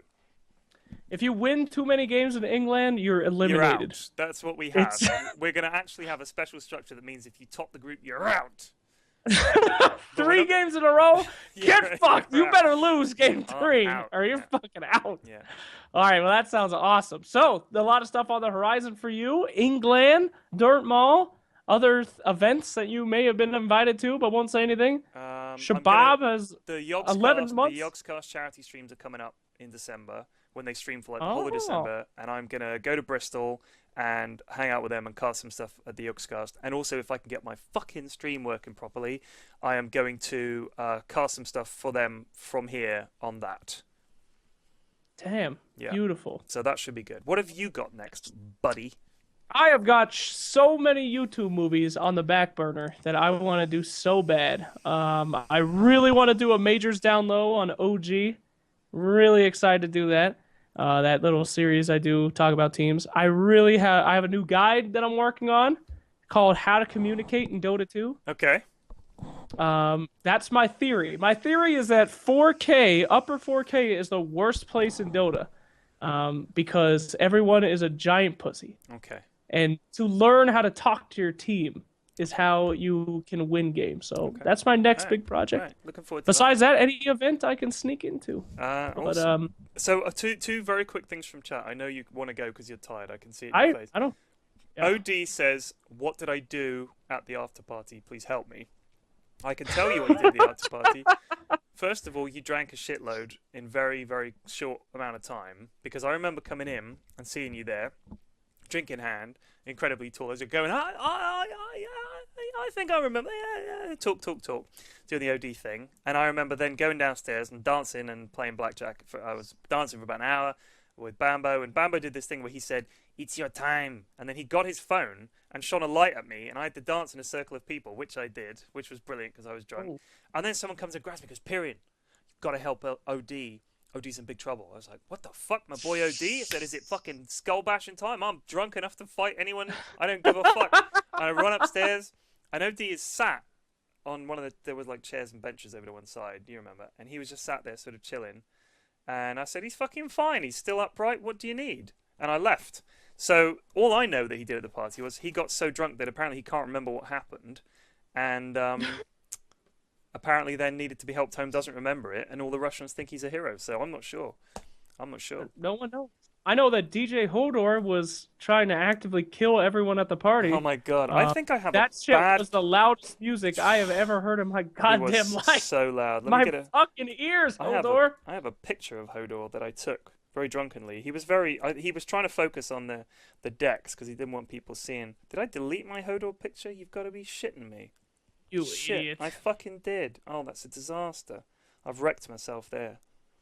Oh my god. For those of you who don't know what I'm talking about, ESL's after party had Hodor from Game of Thrones, the real Hodor. He's Actual a DJ. Hodor. He is a DJ And he for plays hire. his music twice as loud as any other DJ I've ever been to. I think he might actually have mental problems. I'll tell you Hodor don't what, give a fuck. He really didn't. And everyone in there was saying, holy shit, that's loud. And my ears were actually ringing for about 2 days after the event.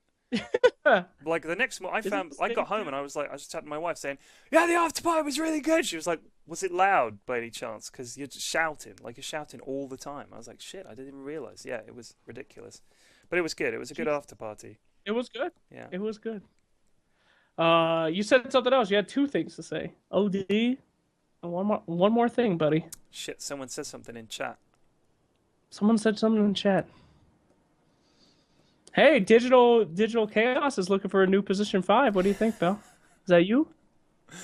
Hit it up, buddy. Did you guys talk about the Ritsu Cloud9 thing at all? No. Oh, look. Sorry. Egart Official Tendon says, this stream is way too cringy. I am out. Goodbye. See you later, bitch. So, I hate that word, cringy. Cringy. Oh, Oh. no, God, I can't watch this. This is making me You've uncomfortable. you've cringed me. Goodbye. Ted, bring me to England, says LD. We'll make that happen somehow.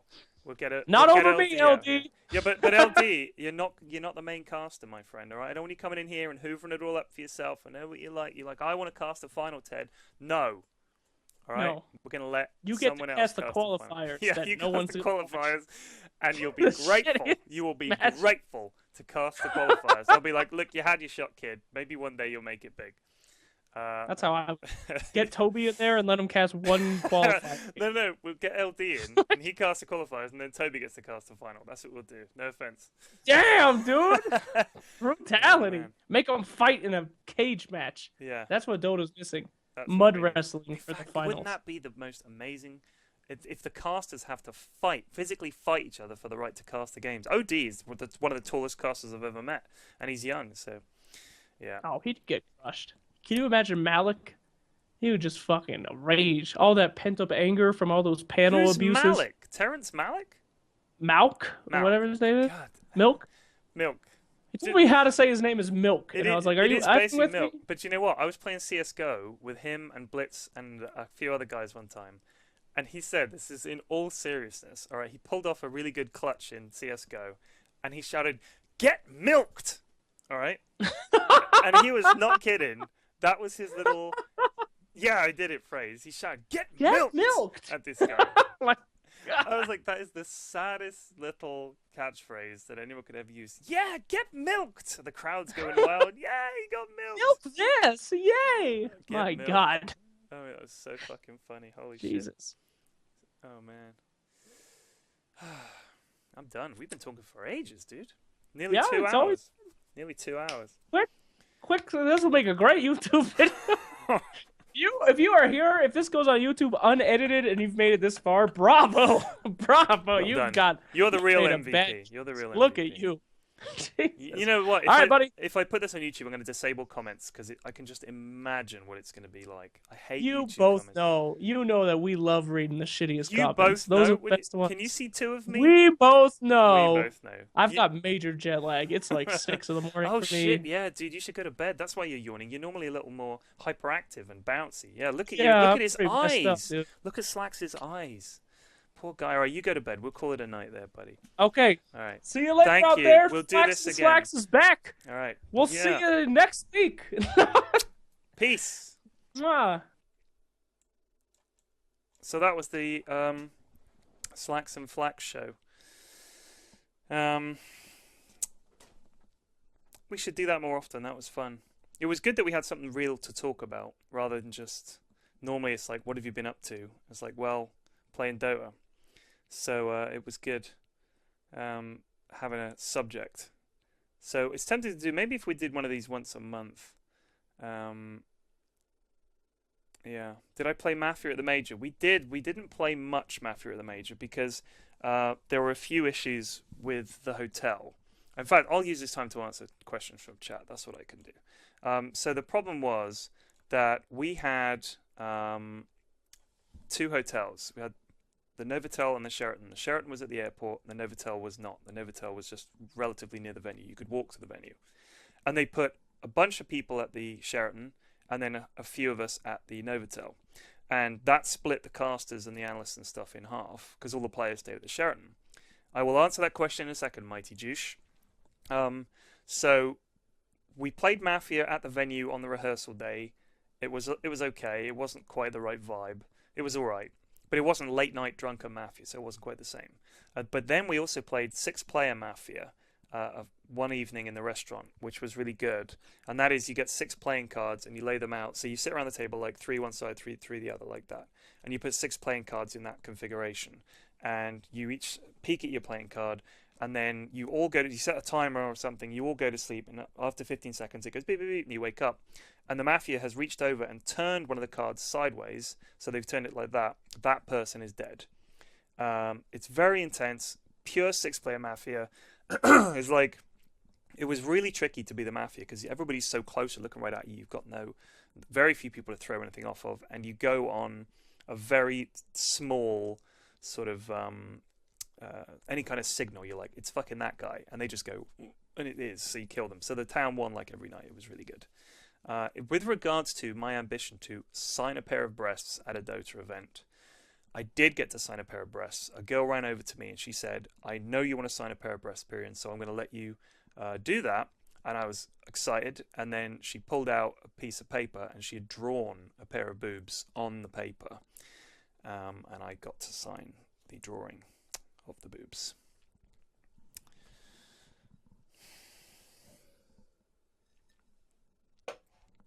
So it wasn't quite what I expected.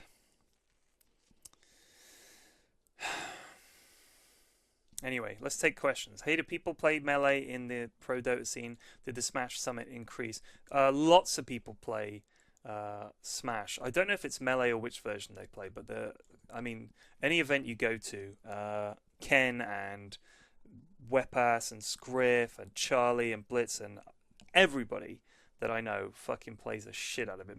Mainly the American guys. It's not as big, I don't think, amongst the non-American people that go to the events. But England will be in London, Dota Dimes. I'm not sure whereabouts in London.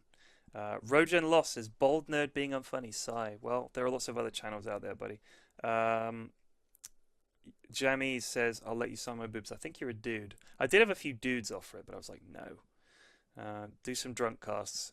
Done that. Yes, Rust is so underrated. I hope the guy gets more love from the Dota scene. If Rusts can come to England, I would love to have the guy there. What does my wife think of you signing some teenage girl's breasts? I haven't done it. That's the point. I'll find out what she thinks of it when I've actually done it, and then I'll tell her I did it, and she'll just roll her eyes. Was alcohol free 24/7 at the majors? God, no. How long will England be? I don't know. Probably a weekend. Got any insider info on the Yogs live streams? They're in December. Will you ever cast at an insurgency tournament? That'd be amazing.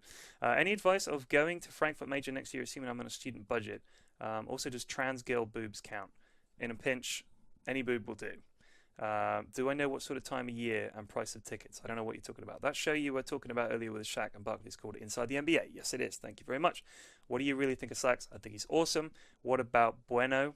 I don't know what that is. This will go up on YouTube. I overheard some great advice and would love to get your advice. Okay, I will put it on there. Did you ever play real life Blood Bowl, being British and all?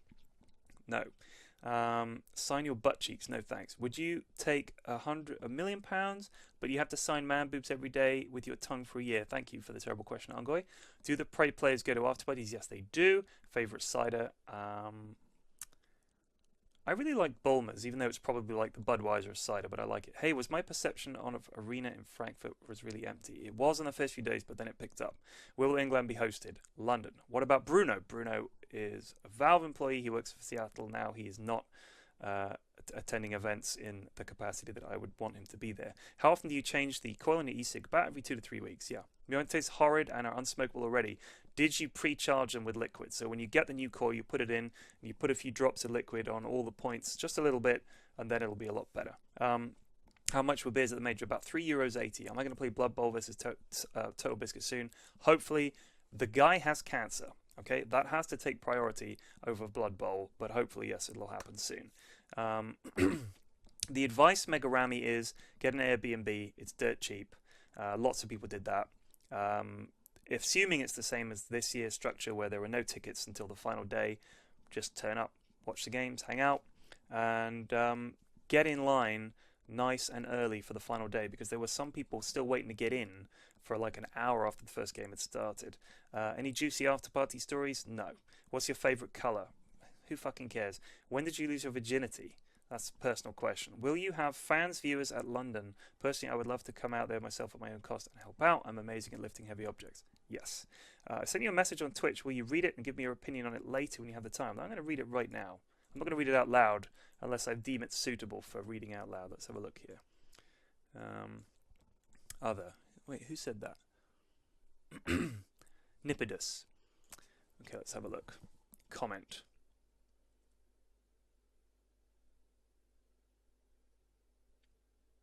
The noob stream.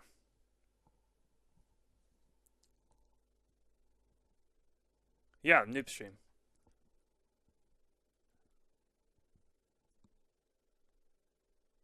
Mid-level gamers. Yeah, no, I agree, dude. I mean, the noob stream at TI, I thought was a great idea, and I thought that was a good move from Valve. And I think that at that point, they were really trying to grow Dota as quickly as they could. And the way they did that was to...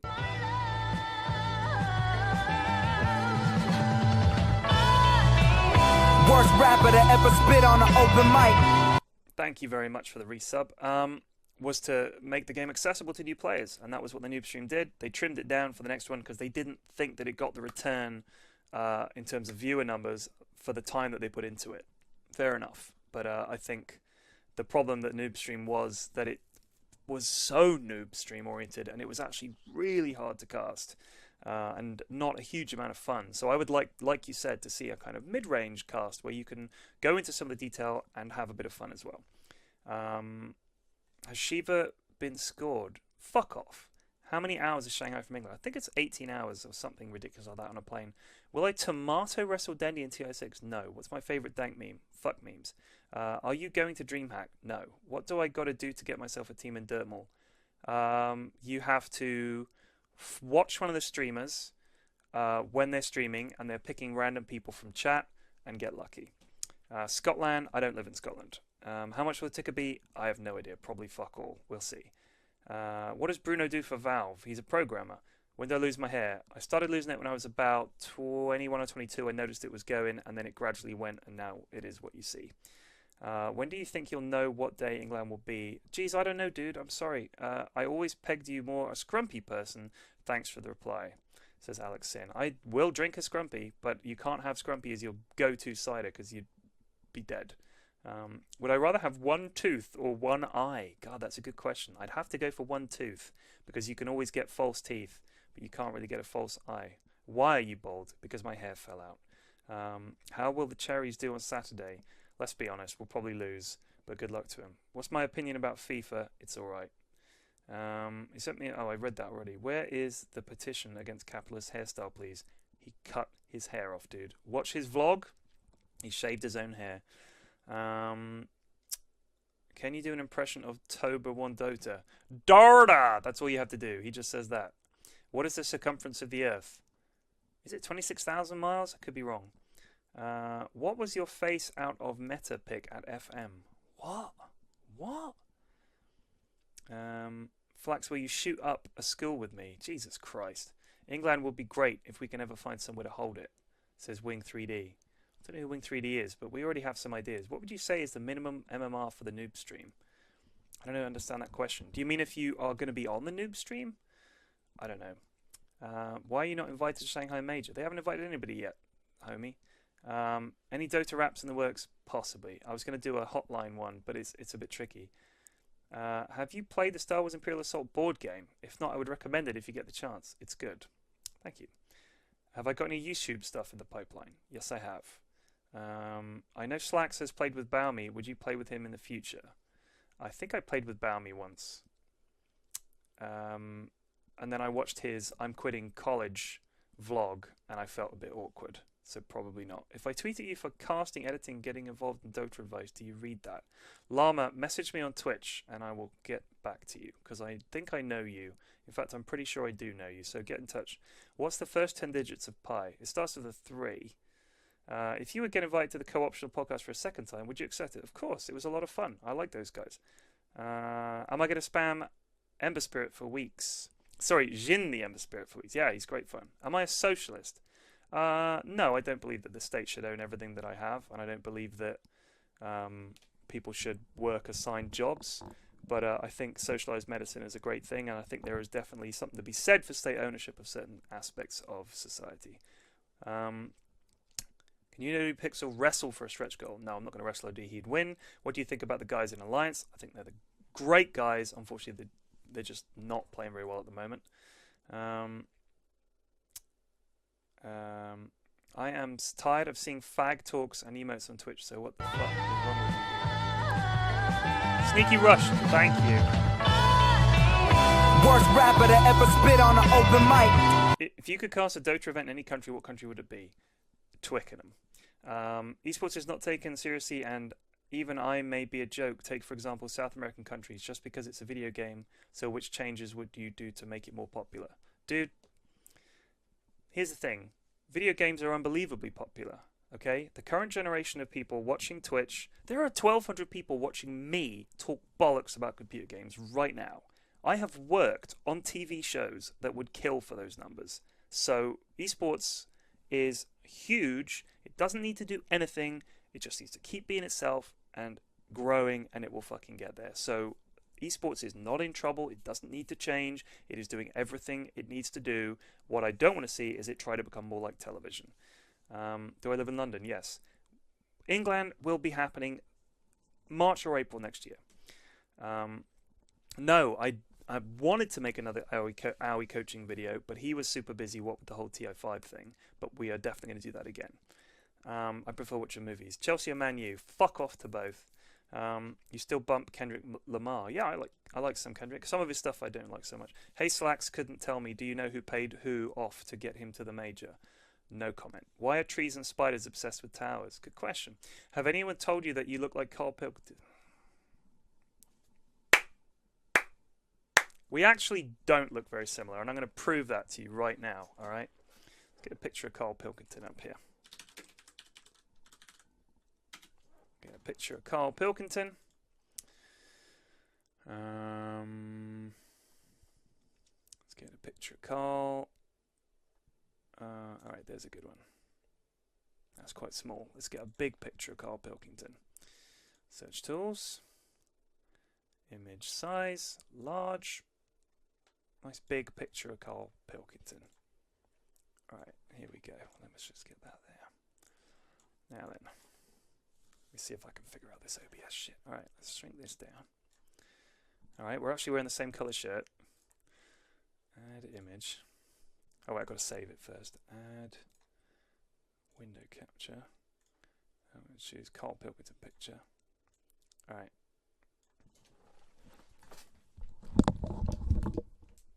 Glasses on.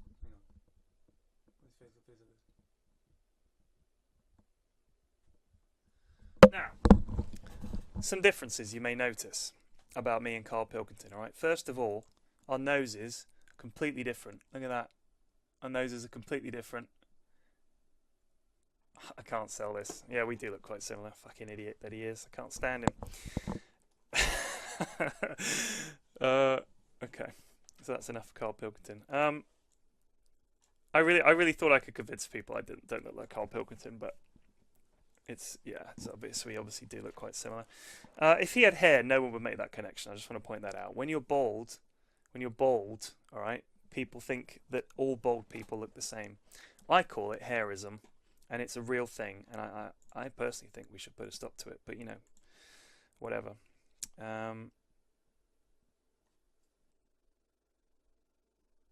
Why did you choose to get involved in the Dota 2 scene? I didn't choose to get involved in the scene. What happened was, when I started off doing my YouTube videos, there really wasn't that much content about Dota 2, or Dota really, other than WoW Dota, Dota Cinema, and some very stale kind of guides to playing heroes. Like, this is how you play this hero, this is how this hero's spells work, and this is an item build that you can go for. It was pretty stately stuff, you know. The pro scene wasn't very big. The casting was pretty amateur at that stage. It was more of a labor of love for a lot of people, and I just made videos for the same reason that everybody makes videos about computer games, because they like the game and they want to talk about it, and they just think they have something funny to say. So that was why I did that.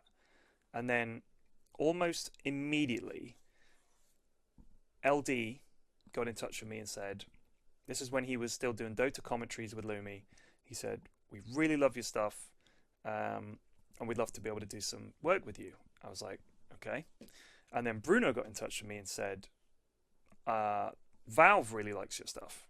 I was like, what? And he said, yeah, they think it's great, and there's nothing like it out there, and they would love to do some stuff with you. I was like, what? And there was talk about me going to TI2, but it didn't happen. And I was really gutted, but I thought, well, then what I'll do is this year I'll work really hard and I'll do some events and I'll prove to them that I could go to TI and do some stuff for TI3. So once I had that cherry dangling in front of me, like a ripe testicle, right, that you just want to punch, I was like, I've got to punch that fucking ball so hard that they have to invite me. And I didn't really do much, but again, it was really early on in the scene, and there just weren't that many people doing what I did. So being the new guy that asks the stupid questions was something that there still was a lack of, and most people were going for a more serious angle, being analysts. And if you look at someone like Purge, his whole thing was, I'm going to help you get better at the game. The players weren't the same kind of personalities that they are now, because the game was still quite small by comparison. It was still in beta, you know. It was a proper sort of birth of the scene. Well, then obviously you'd had TI1 and TI2 was when it started to get bigger, but TI3 and 4 I think were the ones where it really exploded. Like, I certainly noticed a huge change in the number of people working in it between TI3 and TI4, and loads of more people on the scene, and lots of people who I remember meeting at TI3 and being like, oh yeah, I know that guy, and then you suddenly see them and they're presenting, or they're being an analyst or a player or something. So that was funny. Who do you look like? Also, in honor of Scriff, WebPass, and Pimp, make a documentary about them with Flax. Do you think the majors compendiums will take away from TI6 and compendium sales and overall prize pool? Yes, I do, and I don't think it's the right way to do it. Any other Euroland ever going to happen? I don't know, dude. Probably. I've answered that question. Best music pack out for Dota. I just use default. In fact, I think I have the music off. Would you want to see TI Mango used next year for more casual mid-level casting and fun? Yes. Yes, I would. I thought there are, you either have what we've got now, which is this system whereby the studios are pitted against one another and they compete, like the hub that there just was for Frankfurt, where it was like, I think Dream League and BTS both did a hub for the qualifiers and stuff. And the problem with that is, I think it fosters bad feelings within the scene, because you're both doing the same thing, and it's like, well, we got this guy and you got this guy and you can't do this, and it's competition, the way any businesses work when they compete with each other, and they can be quite vicious. And I think it's bad for the scene, and I think it's better if we're all friends and have baths together and hugs and things. So I would rather see Valve come in and say, this is the hub, these are the people, get on with it. And then I think they could give some new people a chance, like I was saying with Flax. Could I fix the FPS issues with my games? I do not know how, Harlequin. I'm looking into ways of fixing that. Any plans to raise money for charity on the August December live stream? Yes. How young were you when you developed your boldness? 25. What are 3 siders everyone should try? I don't know. Am I interested in Oculus or other virtual reality? I have tried the HTC Vive and I loved it. I tried it at TI5 and I tried it again at Frankfurt and it was amazing, absolutely amazing. It's going to change games. Genuinely, it's going to change games. Do I think? I guess that's League of Legends has more audiences just because they were first to market. Will Dota ever catch up? No, it will never catch up. I think even if Dota came out first and then League came along, the thing is that League is far more accessible and it does appeal to a younger crowd because it looks like a fucking stupid anime bullshit cartoon. On a scale of 1 to 10, how much do you think Alliance has a chance of being tier 1 team? With the way they're playing at the moment and the way things are set up, I don't think they can win a major, is my honest response. I think they've got a lot going on, and I think they need to change quite a bit. But I wish they could do well again, because they are the nicest guys. Yeah. Bruno confirmed for Ice Frog. Yes, Bruno has worked at fucking Valve for, 2 years? But he's known Ice Frog and half the development guys, like, for, the entire time I've known him. Bruno is not Ice Frog. Guaranteed. And I can give you one good excuse for why not. He only started working at Valve last year? Yeah, last year. Do you honestly think that Valve would employ Ice Frog full-time while he lived in Sweden for several years? No, they wouldn't. Bruno is not Ice Frog. I do not know who Ice Frog is, but apparently I have met him without knowing it. So that's a little frustrating. Do I think the team secret at the major was the real team secret? No, I think they can do a lot better. No, I'm not Ice Frog. That'd be ridiculous. Ice Frog would know that you can't level stats on Invoker, guys.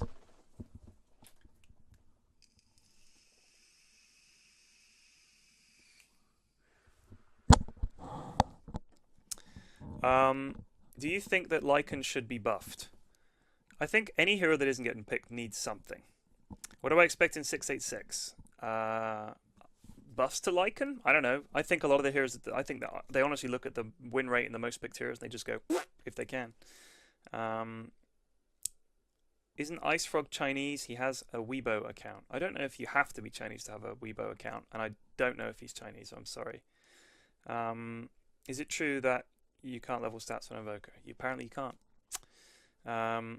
Do I use the PFAX announcer? I did, but now I don't. Are you hyped about 686? Yes, I love patches. When will the Dota scene peak and become like StarCraft, old and forgotten? Well, when it peaks, it won't be old and forgotten for a while. It will be amazing for a while. The thing is, I don't know about you guys. I'm sure that you agree with this. You probably will. When you're not playing Dota, is there another game that you play that is exactly the same? There isn't. The only way it could be exactly the same is if they made an identical clone of Dota or somehow made it better. And I failed to see how that would be possible. So as long as Dota exists, there will not be a game that captures what Dota is and how good that game is. And I mean, StarCraft, StarCraft is still around. There's still lots of people playing StarCraft. It's still a big game, relatively speaking. It's not what it was, and it's not as big as, say, fucking Dota, obviously, or CSGO or stuff like that. But I think the reason for that is that it was actually quite a limited game in terms of variety. And once you'd watched professional StarCraft for a while, personally speaking, every time I watched it, I was like, didn't I already watch this game? It's like the same 3 teams. Very similar gameplay each time. It's like, oh, he's going for this build rush and that build rush. And sometimes it can be really exciting, but it just doesn't compare to Dota, in my opinion. Have I tried the Steam controller? No, I haven't. Do you sometimes pretend you're a dragon when you're vaping? I always pretend. Is tiny nerf necessary? I guess so. I think he's pretty fucking good. A lot of people say UK Dota is worse than shit tier. He's not wrong. Do I think Flax should be given an unlimited supply of cream pies and access to the practice rooms at the majors? Yes. Why Valve won't give us solo queue? You can queue solo, can't you? Have I ever played Invoker, and how shit were you at it? A charming question. Yes, I have, and I was brilliant. Isn't Blitz a professional sumo wrestler? Fuck off. Can you stop streaming now so I can sleep? Yeah, sorry. Can you show us some vape circle? No, it's much harder. Do I think the moon landing is a hoax? No, but you know what I have been reading about? Is the magical world of the flat earthers. These people who believe the earth is flat. I'm going to save this for next time on the Slacks and Flax show, because it is my favourite topic of the moment. It's so funny. Yeah, I think that I'm done. I think I'm done. Do I think one of the main problems of Dota is that Valve is not doing a good job at being more inclusive for new players? No, I don't think that's a factor. Will you ever see those Mafia games again, like at the TI qualifiers? Maybe. And on that note, I will see you guys next time.